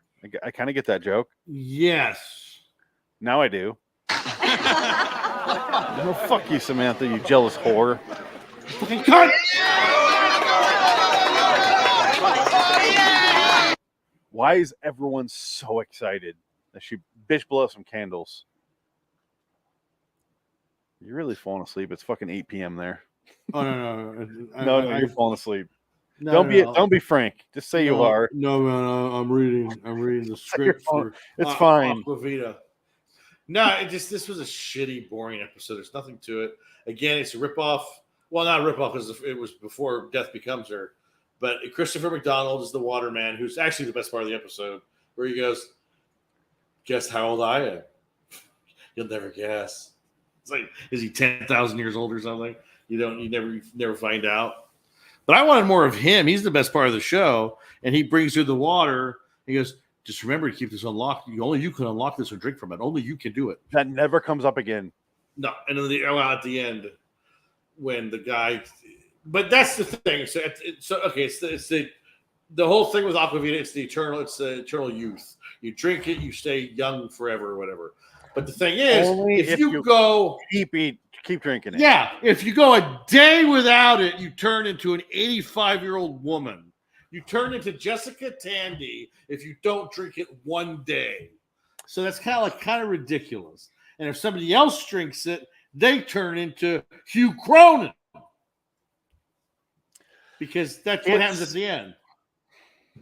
They basically commit suicide. It's a suicide pact at the end of the movie, at the end of the episode. No, it's not. No, because they're not that old. They just look that old. Well, that's the thing. They're physically they're going to die. Yeah, physically they're going to die, but mentally they'll be all right. It's really the physical, like cut your hand off to save the one you love because she cut her hand off. It's kind of like they catch a bullet. Yeah, but there's no like physical danger. It just makes you look old. Right. And he goes, "You're going to stand by me for the next 30, 40 years?" Dude. Oh, I have dementia. Oh! I have sundowner disease. Would have been better if they cut to a guy on the bench just going from scanners. That makes his brain go. Yeah. Blows up. Would that have been better? And then Christopher McDonald's there, and his head blows up because they go after him. Because she, so she's she's an anchor. He's a photographer for the most 80s thing that ever 80s all over your 80s. That's ridiculous. It's like a bunch of Billy Idols on a exercise equipment. Well, women. It was all women doing exercise equipment with Billy Idol wigs. Because here it is. I'll show it. Because it's the most. Because it goes from the black dude telling that guy to get like, well, we have to update the program because their ratings are dropping. And right, because she's so old. She's so old and gross. She's old news Christie. And it cuts to this immediately, which is where we got our poster from behind us. Good. Shoulder. More shoulder. Over your chin. Good. Lower. That's it. And you're supposed to be like jealous, but I'm like sitting there watching going, none of this is sexy. I don't want to be there at all. Wait like 5 seconds because they showed the girl in close up. I'm like, she looks disgusting. Yeah. Like her face is sticky. It's right after this. Oh, okay, here we go. So squishy. No, but look at her chest and her face. I'm like, she's melting. Oh, it looks like you're gonna get that shit on you, and it's gonna feel like melted candle wax. I don't know. No, thank you. Yeah. We put melted candle wax on his balls. And then she gets the very current nowadays where she gets a subscription package to Aqua Vita. And immediately Christopher McDonald's in her apartment or in her house. And he's going, here's your first jug. Here's a key. And here you drink this amount per day, this amount of glasses per hour. And good luck. And she goes, how old are you? And he goes, never ask. Yeah. Staring at the camera. And he just walks away. But then he goes, I'll need a check from you for your water payment this month. Okay, what is it? $5,000. This is 1985 money. How much do I owe you? Oh, there's no charge for the first one, Missy. Yeah. Missy. Ready for the directly down the barrel look here? He's going to do it right now.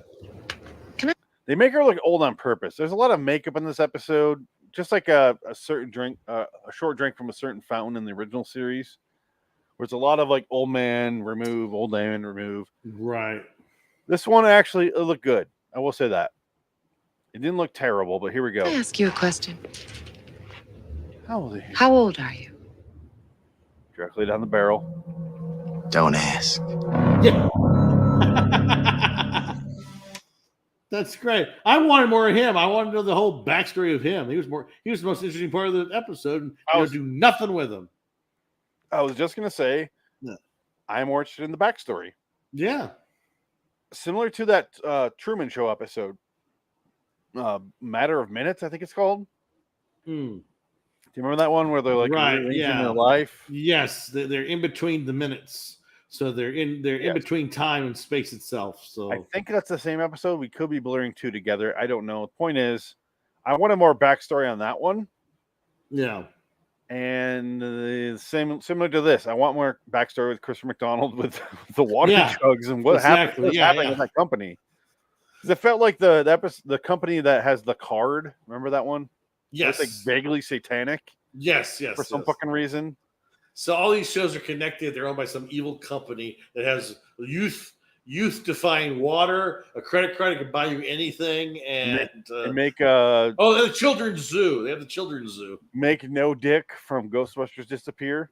Yes.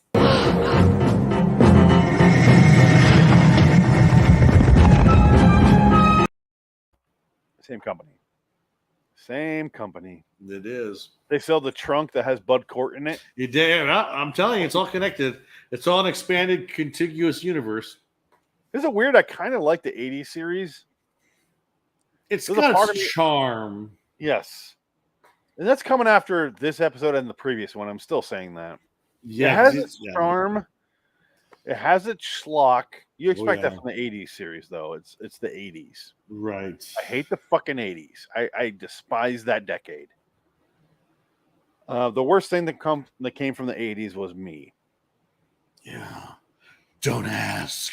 Anyway, no, I expected to hate this series way more than I do. Right. It turns out this series is way worse. Yes, it's Night Gallery. The Night Gallery. I almost wanted to buy the Night Gallery DVD set because it was like $10, but also has Guillermo del Toro commentary on some of the episodes. So I'm kind of curious to hear those. What do you not have? I don't have Night Gallery. I don't have a lot, actually. Night You Gallery. only have 59? I only have 59 Twilight Zone, yeah. Okay. Yeah. Okay. So I saw Night Gallery today at Walmart, and I'm like, $33? No. That's I bought it for like No, I would buy. Yeah, I would buy if it was $10. I'd buy it, and that's about as high as I'm going to go. I'll take a look, and if I find a copy of either one of these, I'll send it to you. Yeah, whatever. I mean, it's not. I can probably go on Amazon and get it for literally $5. I'm sure. You'd be surprised. Well, yeah. Well, Twilight Zone 85 has no special features, right? It's just all the episodes. It doesn't even have subtitles. Wow, yeah, that's a bare. I watched bones. everything with subtitles. Yeah, that's a bare bones disc set. Bare right there. bones, like it doesn't even say it, on the background special features. Because nobody cared. Like it doesn't even say that. Yeah, it's pretty sad. I had to wait 2 years on this Amazon feed here for 2002 Twilight Zone to get the price. I can't even tell you the discount. I got like a 200% discount on this waiting. That's crazy. So I got that thing at like 1:15 in the morning. I'm like, $20. Fuck right. Woke right the hell up. And I'm like, bye. Ah! And I didn't wait at all. I got so excited because I'm like, normally it's $110 or something crazy. I'm like, I'm not paying that much. Yeah, but it is my favorite box set because look at this fucking thing. Oh, it's nice. Yeah, I love it. It's well simple. Done. Yeah. No, Amazon's great because you got Wayne Knight. You got to check it every now and then because they will have something that is so cheap that you can't not go with that. You have to buy. You have to get like right then because tomorrow will be $35 more. You know. I blew a chance because for like a year or since my son was born, I've had all the Christopher Nolan movies that I don't have on like a waiting list. Okay. On 4K because I'm like, my son is named after Christopher Nolan. Let's just face it. So I have all the movies I don't have. So I had the Prestige on 4K, and it was $15 for 6 months. And I'm like, all right, I gotta wait. And then suddenly I was like, maybe I'll do. Oh, it's $27 now. Yeah. It suddenly jumps up in price in the last week. Yeah. I blew my chance. It's gone. I have to wait till I find it in like Zia Records here out in Phoenix. I gotta wait. Aqua Vita. Like I said, it ends with she doesn't have it for a day, and she goes nuts. Like she falls down and she breaks the glass. She's picking up the glass shards with her hands. Just ah! Like I thought that was kind of ridiculous. She had like a big glass, just picking it up. But did the water heal her hands? Is that what I was seeing?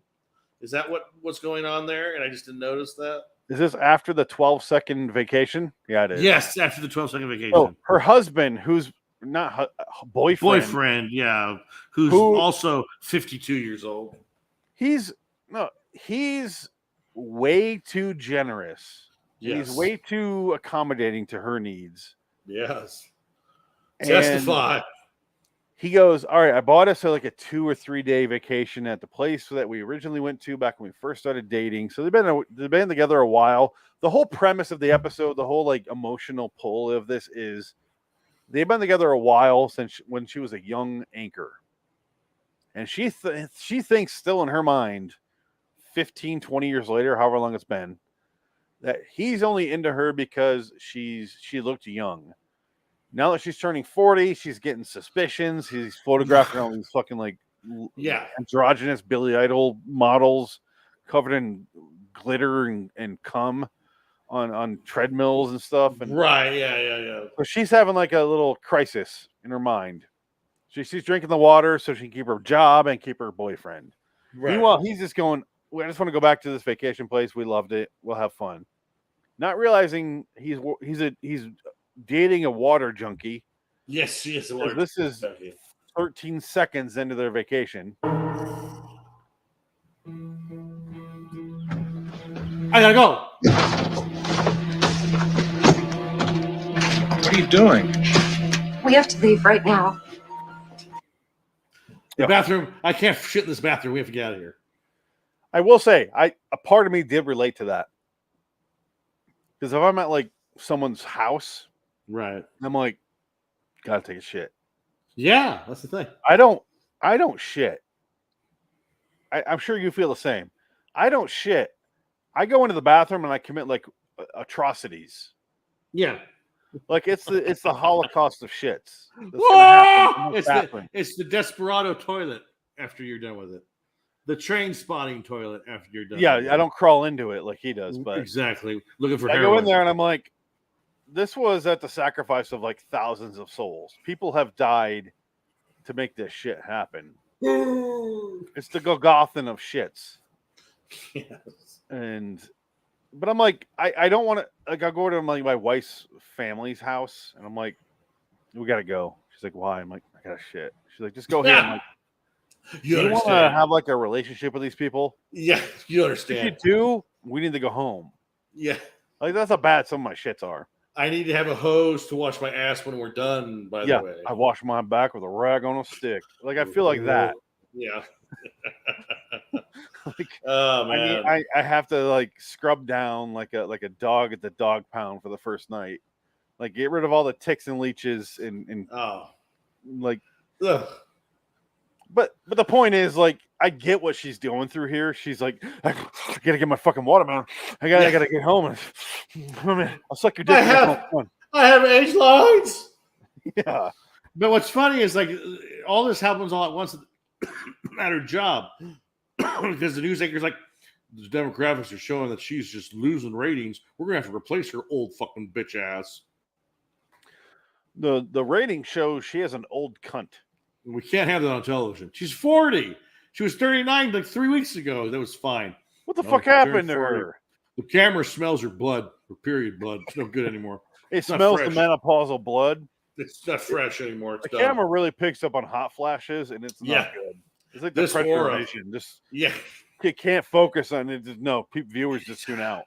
Anytime, menopause, anytime. I would love to see the Predator vision on menopausal women. It's like watching her. It's like, oh, it runs away. And it's like, what? I'm not even gonna bother with that shit. Holy, like it's like like Yu-Gi-Oh's on, and you get like the Caesars going on, right? Yeah. For them. It's like he looks at her, and it's like that's the scene when he's fixing his leg, and he goes and screams every time. It's just like the same thing. He finds a menstruating older woman. Oh no!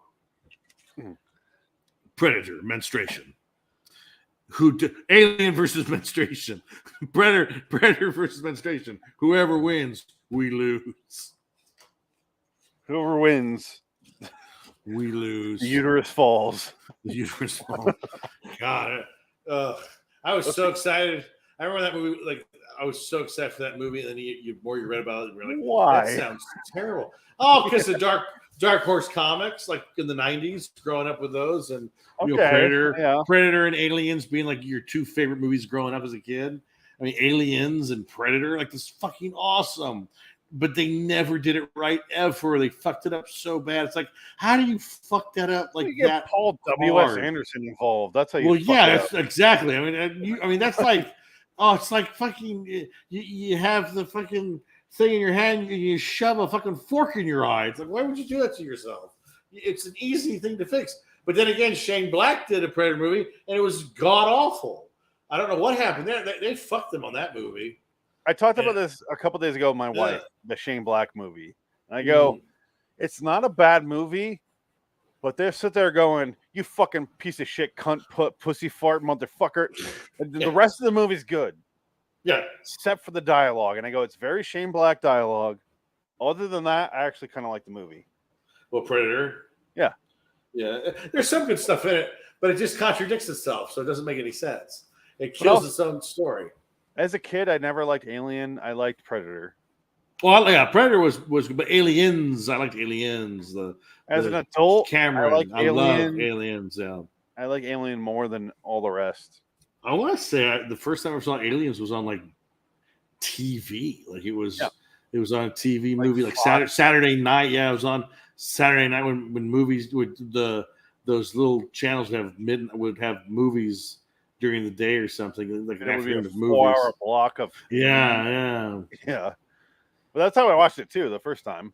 That's how I saw Hellraiser 2.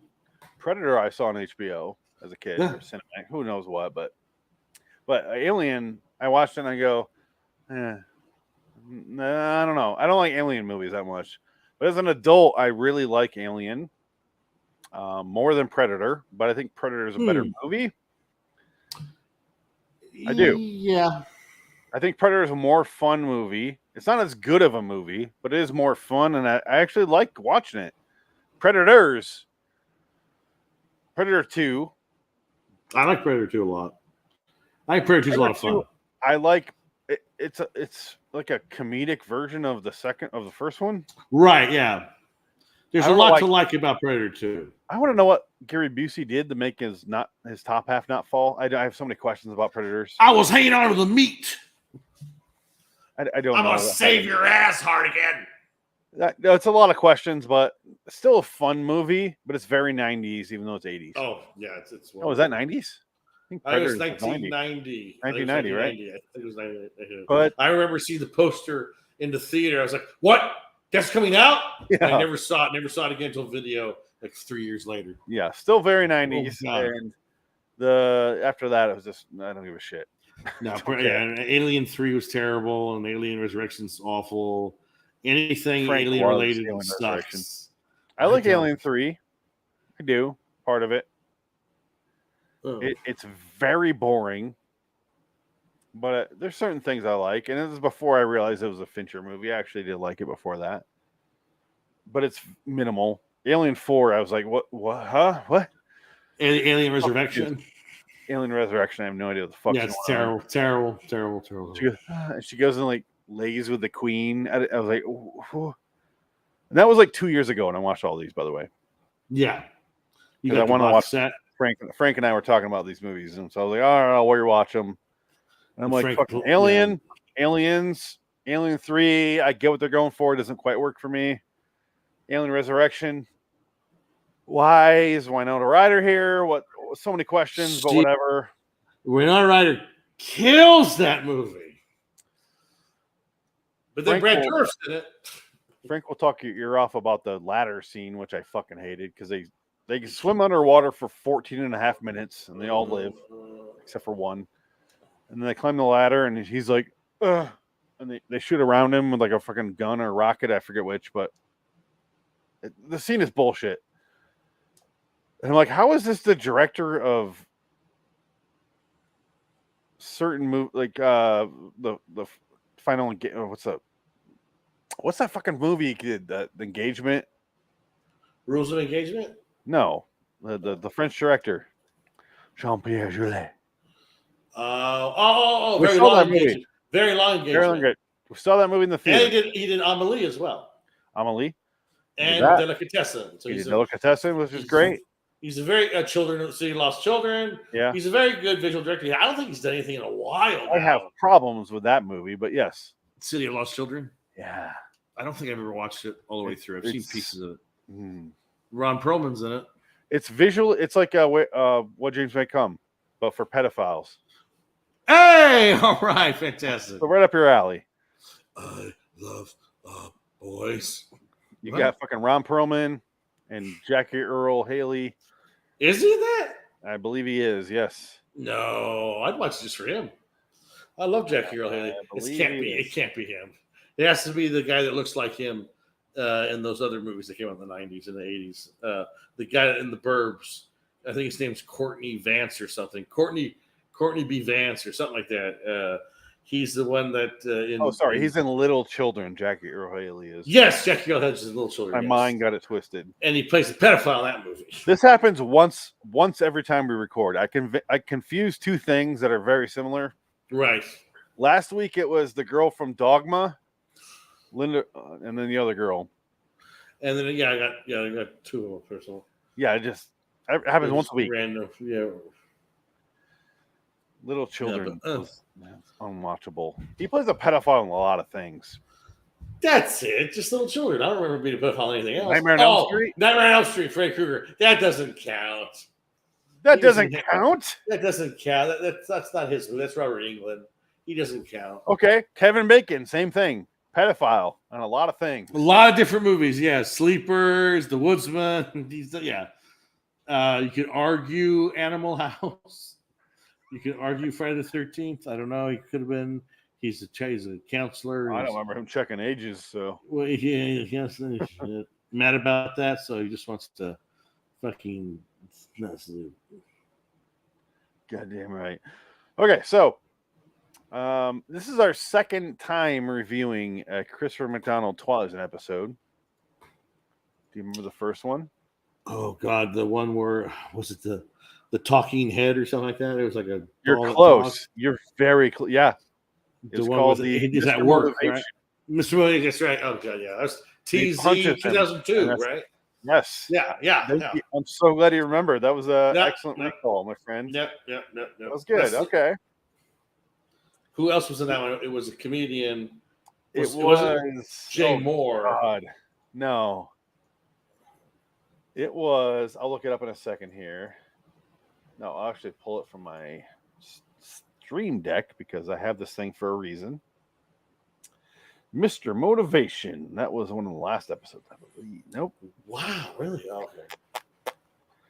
That was episode. Oh God, where the fuck is this thing? It's got to be one of the later. Talk about the ending. Oh, with Aqua Vita. Yes. Okay, so the boyfriend's like, enough of this. I love you. Blah blah blah. And so what happens is he takes a drink. And they flash forward. They're on a bench together. They look like they're in their 80s with old age makeup from the 1980s TV show budget. And they're just like, oh, you dirty old man. You love to be with a serial man. Oh, yes. It's how I feel inside, not outside. I'm like, yeah, that's great. Until your liver fails, you dumb bitch. You think you're going to help your liver come back. I found Mr. Motivation. It's episode 118. Oh, my God. The main character was a Wallace Lingham. This guy. You remember him? Oh, yeah, no. He's a great character. He's in Larry Sanders. Yeah. So he's the writer. Hervey. Oh, God, he's in that Peter Dinklage movie where he plays Hervey. That's right. No, he's in it for like a second. He's in it for a second. He's Social Network. Yeah, he's barely in that too. He just shows up, and even David Fincher, like in the commentary, talks about how great of an actor he is, and he's just a guy so professional. He shows up. You don't have to tell him anything. He does it, and you got him, and he's just great. That's kind of what he is. And here's the thing. Here's the secret of Hollywood. Do that. Yes, and you'll never starve. Yeah. Show up. Don't ask any questions. Go. Here's my lines. Then, if they have complaints, ask questions. But David Fincher, here's what you got to do. All right, do this. Clint Eastwood, David Fincher, not too dissimilar. Just say your lines in the way that you would say them. All right, you did it on your way. You'll never starve a day in your life. Just you'll keep fucking working because they go. People really in Hollywood do go, oh, he's in a David Fincher movie. He's in a Clint Eastwood movie. All right, cast that guy. He knows what he's doing. He can tolerate it. Yeah. And that's fine. People make careers out of this shit. Michael Pena, when he was starting, was in a Clint Eastwood movie. No. People weren't sure about him. And then he was in that movie, and then everyone's like, oh, yeah, he's fine. Okay, cast him. Fucking everything. Michael Pena. Yeah, sure. We want someone that looks like Michael Pena. Well, Michael Pena. Okay, get him. Get him. Yeah, he's available? Okay, great. He's actually right outside the parking lot. He just got it for another movie. Michael Pena is the greatest person alive. Like, he's one of those guys who are like, I want to hang out with that guy. He's funny. Yeah, he's pretty good. I'm halfway through The Mule right now. I just bought it on Blu-ray. Clint Eastwood. Not terrible. I enjoyed the movie. I'm only halfway through, so I'm kind of like, is he going to get killed? Is he going to turn in the guy? Is this going to turn to Gran Torino, where he has like a fight, like a standoff with all the Mexican cartels, and he takes them all out, but then he dies just to protect his family? Do not tell me, because I want to watch the movie. I haven't finished it. I'm only up to. But when you do finish it, don't. Right? No, yeah, I think it'll be about. You'll watch it before I do, because I'm still in the middle of Eraserhead. I got all these movies I got to finish. They're just hanging out on HBO Max, like halfway through all these movies. Oh, let me spoil Eraserhead for you. Here's the ending. Huh? Why do I care? There's your ending. Some kind of weird background sound and clicking of industrial noise. Right, yeah. I unplugged my coffee maker and recorded the sound that it made for 14 seconds and stretched that out over 4 hours and played it in the middle. Like, great, David. That is super fun time. Fantastic. Good job, man. I just don't give a shit. So, Aqua Vita, the 12-second vacation. She's like a water junkie. She's obsessed with it. She goes back and she's like, takes off her stuff. She's young again. And then it cuts to like, she yells at him to leave. And he's like, fine, I'll go stay at my studio, you whore. And she's like, great, okay, bye. So it's clearly like interrupting the relationship. He comes back immediately without. I almost feel like the main character should be him because he's the one being abused the whole time. Right, yeah. And he goes, the fuck is going on? Because it shows her like dropping the glass of water and she's like getting a sponge and she's like, dirty sponge water and it's all black. And she's drinking it and there's glass in there and she cuts her hand. And he's like, what the fuck, bitch? What are you doing? And he holds her up and she has silver hair. Because he saw the girl who I also feel like this is like a Amway or like a what's that juice thing called? It's like a pyramid scheme. Right. Where in order to get the deal on the water, you have to invite so many people. Right, yeah. Deal on the jug of water. You have the next tier. You did it. Yeah. Now you only have to give us $10,000 cash. Yeah, and they fill the garage with it, and that's the fuck. And they're like, oh shit. The last thing to touch that inventory of whatever special juice they're gonna sell is a fucking bullet ricocheting off the roof of the garage that they're in when they blow their brains out. It's fucking sad because it's true. This shit happens all the time. I worked at Amway for a while. It's fucking sad. I bet. It's sad. Anyway, and I had a guy there that was going, when I'm rich, you guys will be like, oh, that guy. Remember him? Never made a penny off of it. Oh, and then I think he's. Yeah, I don't know. I remember his first name, not his last name, so I can't look him up. I want to talk to him so bad. I thought there's going to be a sad ending for that story. There is. I just don't read the paper. Just don't know yet. Yeah, I don't look at the paper for that name. No. You know what? I'm going to reach out right now to someone who knew that guy in person. See what happens. Just ask what his last name was. You remember that guy we worked with called Eddie from Amway?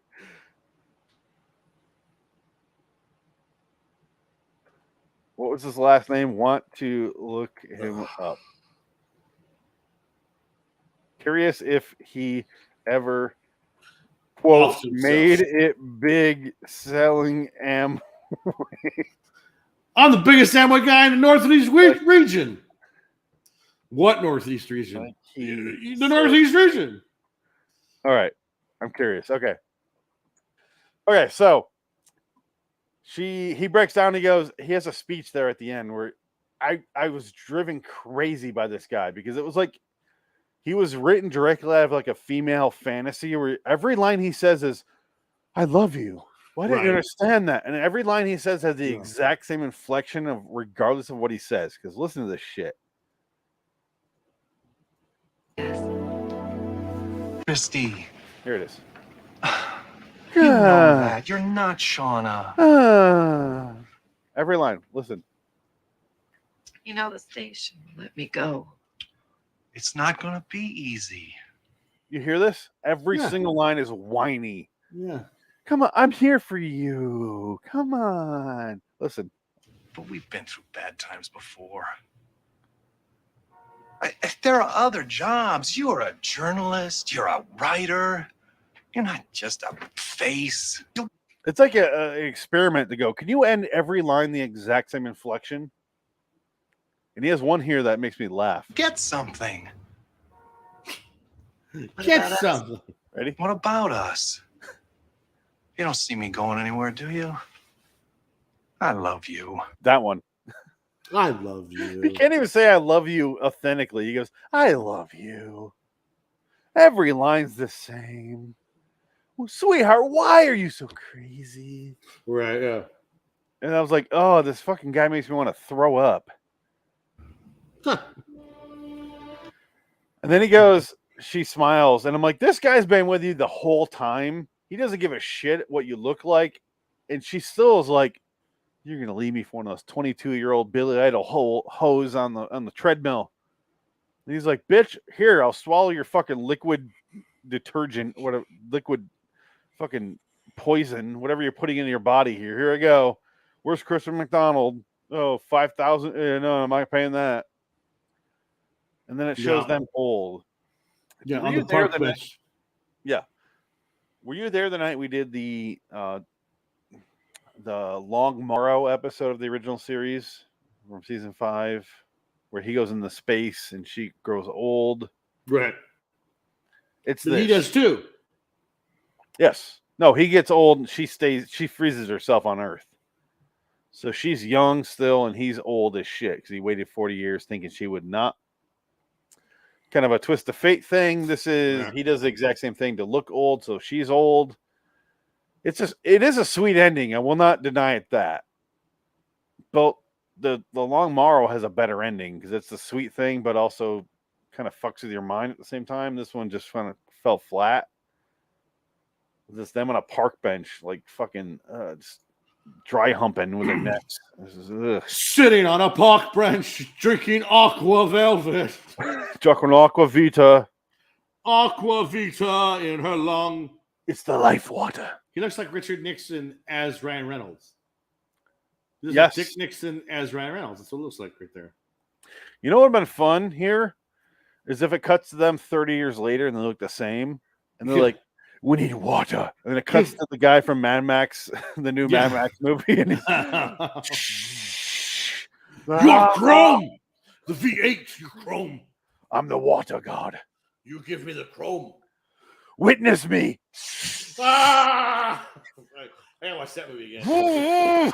I watched the first movie I watched here because I didn't have internet. I put on Indiana Jones: Last Crusade, so I watched that with a big screen and the speaker, like the big sound bar, and it echoed in here. It was really awesome, really nice theater sound. So I was like, "Oh, this is awesome." So I need to watch. And I watched Heat the other day with the commentary. You know what's funny? You know what I watched today? Miami Vice. Oh wow, there you go. He talks about Miami Vice. I watched the first half. Yeah. While I was interrupted by a 4-year-old and a 6-month-old. So I'm sitting there going, I have no idea what's happening. I love it. I love the movie. I really do. Right. I'm unapologetically in love with Miami Vice. Miami Vice, the movie, not the show. Yeah, the movie. I was thinking of the show. Yeah. I'm sitting there watching and like, wait, why are they in Cuba? Oh, it doesn't matter. It doesn't matter. And I'm like, let's play around. Oh, why is he working with that guy who's in everything? I have no idea what that guy's name is. He's in fucking everything, though, that guy. Yeah. And I'm like, I don't know why they're there. And the guy knows that they're feds. They know they're working for the cops. But he's still like, let's do a deal. I'm like, why is he doing this when I just saw him look at the thumb drive that went in the computer that shows who they are? Why is he doing this? I have no idea. Right. Anyway, I don't know. I love Michael Mann and his visual style. I'm like, I don't know what he's doing. After the what have you. After the what have you. But Heat on August 9th, I believe it is, 4K. We need to buy that. Something to think about. I think we need to buy that and review the 4K version. Oh my god, I must have to buy a 4K player still. Me too. I need to do that. You actually don't. Do you have a 4K TV at least? I don't know. I don't think so. Because it's too old for 4K. I came to a realization. I have 2 4K TVs in my house. I don't have a 4K player yet, but they all come with the digital codes, which play in 4K. Right. Buy the fucking 4K DVD, Blu-ray, whatever it is, and then you get the code. Watching in 4K, you don't have to have the actual 4K player. Right. Yeah. That's what I've been doing lately to watch movies like Ghostbusters in 4K. I don't have a 4K player. Right. Yeah. You get the digital code, fucking exact same thing. Just pause it when they do the titles. Let it buffer for 10 minutes, and then the rest of the movie's easy. Easy peasy Japanesey, as they say. Anyway, let's get out of here. Seem like you're ready to sleep. I'm not going to let here. 20. I was unpacking and just doing all kinds of shit today, so I get it. Still slowly moving to the house. It's almost, but I still have to do my collector room. I got to do my library still. There's lots more to go. Okay, now I know why you're not having your collector room, same as your studio room. Right. Yes. There's going to be a whole den of collective nature. Can you move? It's just you're on a laptop, right? Yeah. Every episode. Yeah. No. I was thinking of doing something like that. Yeah. Please do that. Be a different location every time. That would amuse the shit out of me. But there'd be like after 3 rooms, it's over. Well, technically 4. No, but I would like. I'm not going to do it. I'm not going to spend 3 hours in my hallway to nowhere. No, I would like seeing like, oh, he's in that room. Oh, right. Okay. Yeah. Well, I'll do a tour. I'll have a tour out here one of these days. No, but I would like to see a different background every time. Yeah, I'll have Nick Cage up in one of them, and just every time you have to look for Nick Cage like Waldo. He'll be hidden somewhere in the house. That looks. Oh my god, you just made my dick hard. It'll be a mystery because I'll forget where I put him. You're the first person in 3 years I've made my dick hard. That's what happens when you turn 40 or 37. I just turned 38. There you go. It's over. No, yeah, it's pill based now. Yeah. When you have spine problems, well, sure. Well, yeah, because you're on medication. That fucks everything up too. That too. That's so good. Ooh. Yeah. No, it's Aqua. You need Aqua Dick. Aqua Dicka. Aqua Dicka. That's what's going to save your life. You need Cama Vita. Cama Vita. Cama Vita. Come on her Vita. Oh my God. It's Spanish. It's pussy water. Pussy. Apple pie pussy. Ew. Yeah. Juliette Lewis water. I bought some comics from this guy not too long ago, and he was talking about I like those movies, the Dusk Till Dawn movie. I like that movie, the one with Chong in it. He kept calling him Chong. He didn't call him Cheech. It was Cheech Marin, but I didn't want to correct him. He's not Chong at all. No, he goes, no, I want Chong. It's great, the vampire one. And I was like, Chong's never been in a vampire movie, but he's thinking of Cheech. I said, yeah, no, it's a good movie. And I go, psychos don't explode when light hits you. He goes, oh, yeah, that's right, man, yeah. So he was a nice guy. My favorite quote from that movie. Psychos do not explode when the sunlight hits them. I go, the fuck how crazy they are. Psychos? What were they? Psychos? Oh, God. Psychos do not explode when sunlight hits them. I go, fuck how crazy they are. And I still stand by this. I vampires. Think from Dusk Till Dawn has the best twist ending at the end, the surprise ending, when they pull out and you see the Aztec temple and it goes into that that's a great ending. I love that. It was such a great, because it's like, oh my God, there's a whole franchise here. And then you watch the franchise, you're like, they should have never made those movies. They should have just left it to your imagination.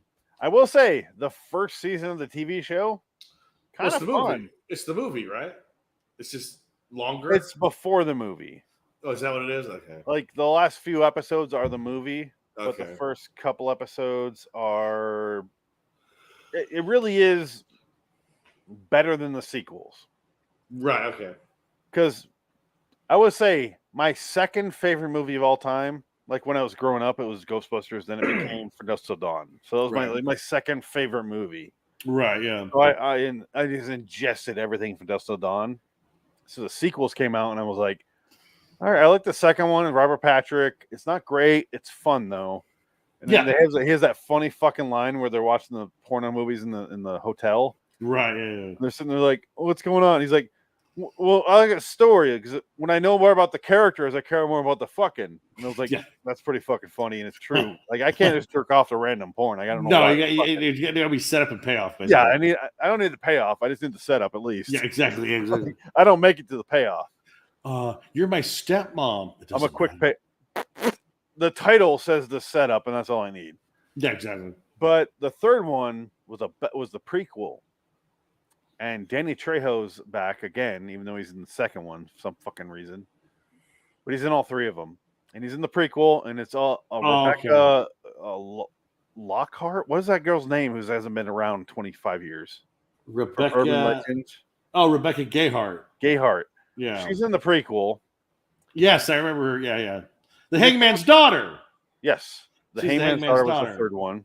Right. And I was sitting there watching, I'm like, what? I'm so, like, this is a prequel, and I still don't know what the fuck's going on. Like, and I'm like, and it's got that one guy who's in a bunch of stuff. I don't know his name.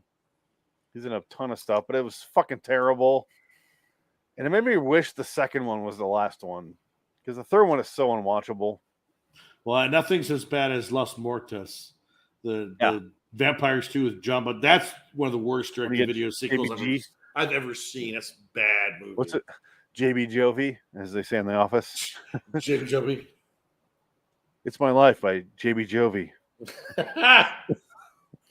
By American songwriter JB Jovi. I need to watch The Office more. I've seen pieces of it, but I've never sat down. It's just I won't say it's amazing.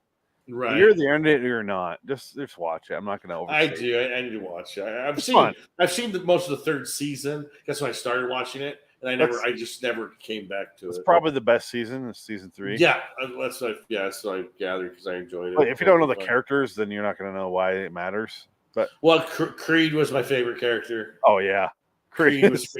He's like nonsense on legs. He just shows up. And when he's the Joker in the Halloween episode, oh yeah, fucking hilarious! It's just hilarious. But I think it's funny now that all the Office people, like, they can't get work, so they all have podcasts now. they all do each other's podcasts. Like literally, they all have their own podcast. It's kind of sad. You say they can't find work, but also I followed their careers. Bram Baumgartner has the best Office podcast. He plays Kevin, the big fat dude. Right? Yes. Yeah. His podcast is fucking hilarious. Is it? Okay, good. Like because he's not the guy who plays on the show at all. No, like, he does a voice of like, like he plays a big slow dude. And right? Yeah. He's like a sharp dude, and right. Yeah. And he like has everyone on. He's like he goes into detail, and then they have the Office Ladies podcast. Yes, Jenna and Angela. Yeah. And they're great, best friends. And they have their host on there, and it's fun. It's not great podcast like Brian's is, but they're fun. Yeah, and they break down each episode in order, and that part's fun. But Jenna doesn't need to work again. No, like, and then Angela works all the time. So yeah. Fine, and I mean, I know. I never noticed them because I don't really watch enough. Yeah, like modern TV stuff. I was just watching. Now I'm trapped in the whole YouTube world. I don't even watch. I'll watch a few things here and there on like Disney Plus or Hulu or Netflix, but I just can't. Don't watch. No, it is a good show, and I would suggest watching it. I think it's right up your alley. Just don't expect too much from it. Just know it's a yeah. And I watch it nonstop, and I have this, by the way. For my birthday. Oh yes, it's Michael Scott pillow. Prison Mike. It's such a weird. Oh, just you touching it makes me get the chills because I can feel it. I can feel the texture. It's just gross. Ugh, it's so weird. Ugh. On my birthday, she goes, "Here you go," and I'm like, "Oh no." Oh yeah. I'm doing this like slowly, erotically. I'm like, who am I dealing with? And I'm like, prison fucking. I saw this. Yeah. And I'm like, prison fucking Mike. Here we go. Prison Mike. That's fine. She gave me a Dundee, which is from the show, and she gave me a birthday card that says, "It is your birthday." This one. Right. It is your birthday. Which is one of the best things from the show. Wow. That's funny. No, it's a worthwhile show. I wouldn't. No, yeah, I've seen good enough of it to know that's funny. How about this? I liked what I saw, but yeah, I just watched all of The Sopranos based on your recommendation. Just watch The Office based on. Yes, I will. Yeah, I will. I will. I have, I think, seasons 3, 4, 5. I bought for $1 at the thrift store, so I think I have them somewhere. I will say this: season 1 is like 6 episodes. It's rough. It doesn't count. Yeah, them trying to get their footing, but they're also pretty, like episode 3, I think it's called like diversity training. Oh my god, man, it's so fucking funny. All right, but just watch. Just knowing like episode 3 is fun, and then after that they start to get the grounding and you get into the characters. It's a character show, which is why Yeah. Oh no, you gotta watch it in order. You gotta watch it's it. It's an ensemble because everybody works with each other and everybody's funny off of each other, and that's what I gathered when I watched it. Yeah, it's not a show you can just like dip in for an episode. Right. And like because the whole Tim and Pam thing or Jim and Pam thing went on forever. I was just like, okay. See, I was like, once they get married, the show's over. No, but then they got married. The show went on for like another 10 years. It would never. It's 9 seasons. You don't need to watch the last season, honestly. Right, that's what I heard. Yeah, it's like the 8th season after Steve Carell leaves is actually worthwhile. Well, I watched all the Robert California stuff because James Spader, that's what I'm saying. He's funny, and he's fucking funny. That was funny. Yeah. He has so many great. I did that little scene. Do you remember? I played a clip where it was that guy Robert California versus that guy in that podcast we did. Right. There's a comparison. Yeah. He's great in the show. Kathy Bates is in the same season. She's great. Oh wow, yeah, shit. 8th season is fine. 9th season, if you're not super into the show, just skip it. Honestly, right? Well, because it gets really heavy. I guess like it does. Saccharine. It's just heavy sap. It's really sappy. It's bullshit. It's them setting up things that just let's create drama. It's like right, yeah. It's just like it's a funny show. It's comedy. Let's leave it alone. Well, Steve Carell was the best character. After he left, Ed Helms kind of takes over, which is fine. But then Ed Helms left the show, but he didn't actually leave the show. Yeah, I heard. So you just see like the fallout from him leaving his job at the paper selling plant. So you're just like, oh my god, just fucking like it does drag. Right. In that last season, just forewarned. But the first 7 seasons are fucking great, and they're short. It's not long. Yeah. You know what's better than that? TZ85. Well, nothing's better than that. Oh, did I say better? No, I meant much, much worse. Much worse. Sorry, I just misspoke. Aqua Vita! Next week on this show. Oh no, I just looked. Oh no. Don't tell me. We're back. Episode 368.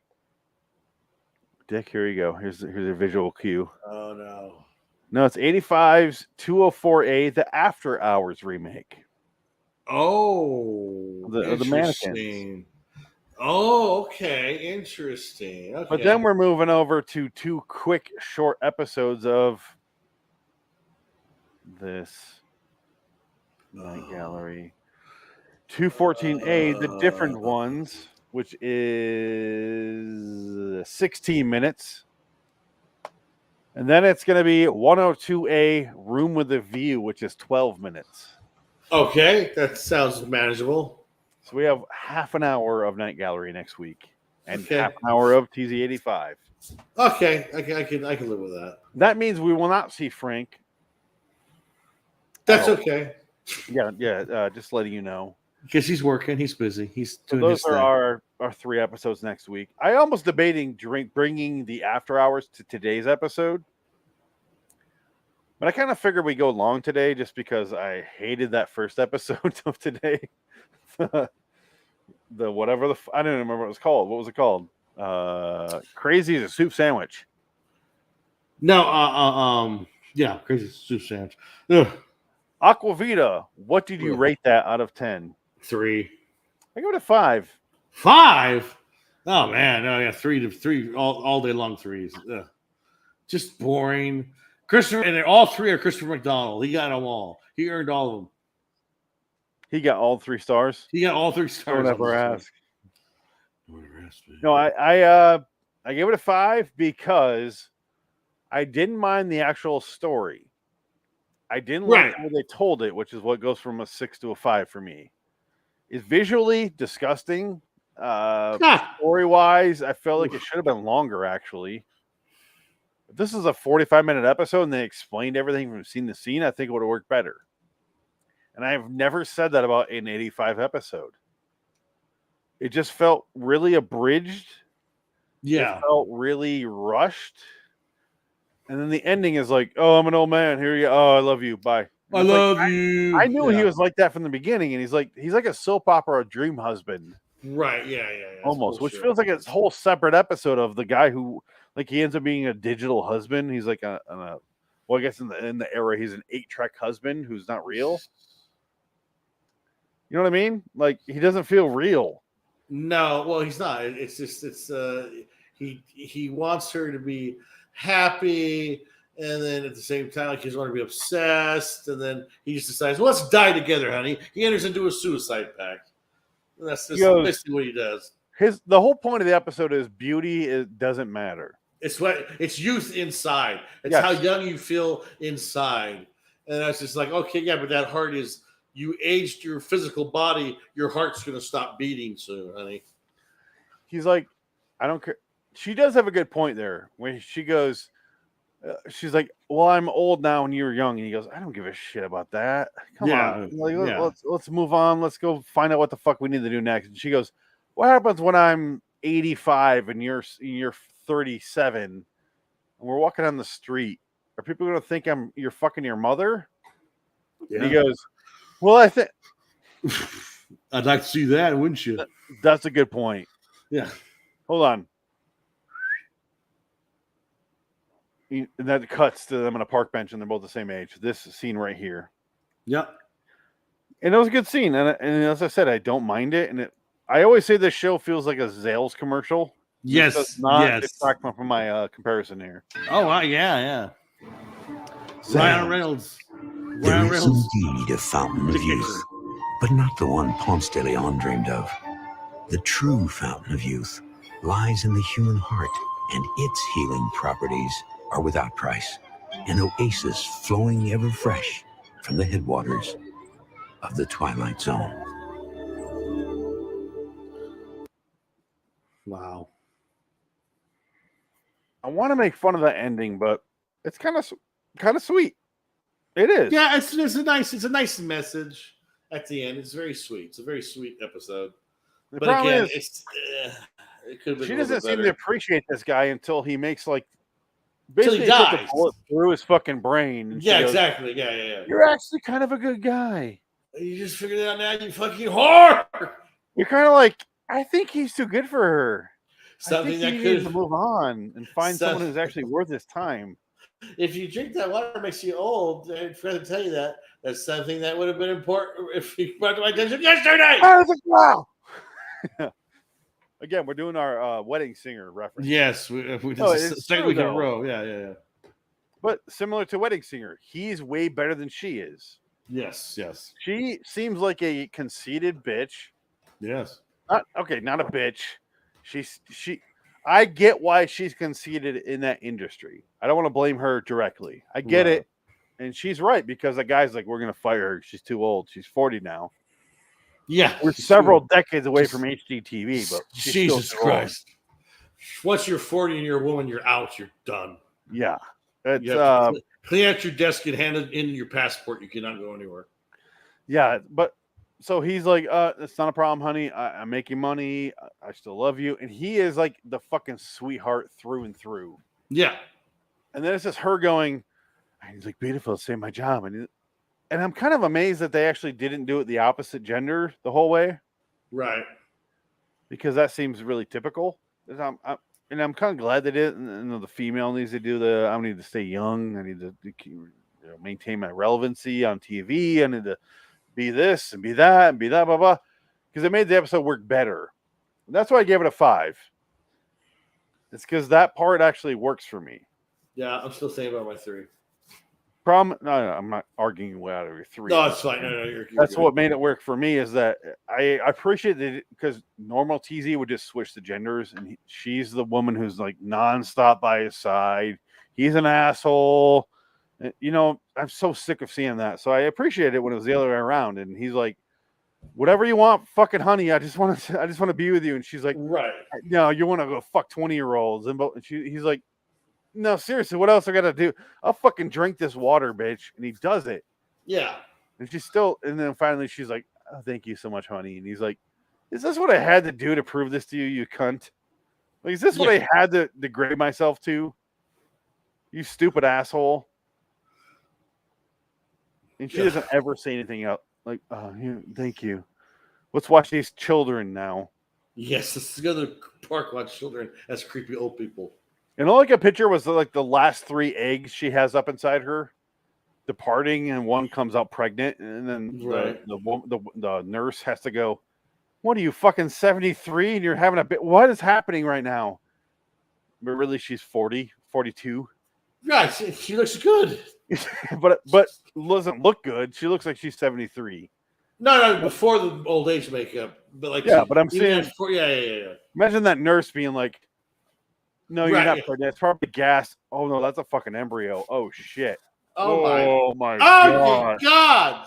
Doctor, and then you get like a Spike Jones doctor coming in going, oh, that is a massive condor unit of cunt inside you. What the fuck happened up there? Oh man, that's real. Okay. Cut to the baby's perspective, and you get like a fucking like massive studio apartment view.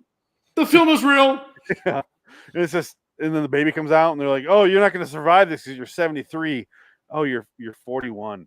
Oh yeah, it came out just fine. But it's a weird like afterthought of the episode I thought of. And we didn't get any of that. That's fine. It was boring. Oh well. We gave it a 5. Save it for the book. 3. I gave it a 3. Next episodes I mentioned, but I'll do it here at the end. Episode 368, TZ85, the After Hours remake of the original classic. I'm curious about that one. Night Gallery 214A, the different ones, 16 minutes. Night Gallery 102A, both of them are A episodes, so you don't have to fast forward. Yeah. 102A, Room with a View, 12 minutes. Week after that, 85's Street of Shadows, 318. Week after, or the same week, but different episode. 372's Night Gallery 100B Eyes, which I don't know. That might be directed by Spielberg. He did a couple episodes. I don't know if he did that one. He did 100A, I believe. That could be Spielberg. Yeah, maybe. I don't know. I'm not going to look. But until next time, and in the meantime, Aqua West. And you are Dick Aqua. Dick Aqua. Phoenix as a podcast sandwich, as my name is. I don't know why I did that. All right. So long, citizens. Why are you so sleepy? I was got no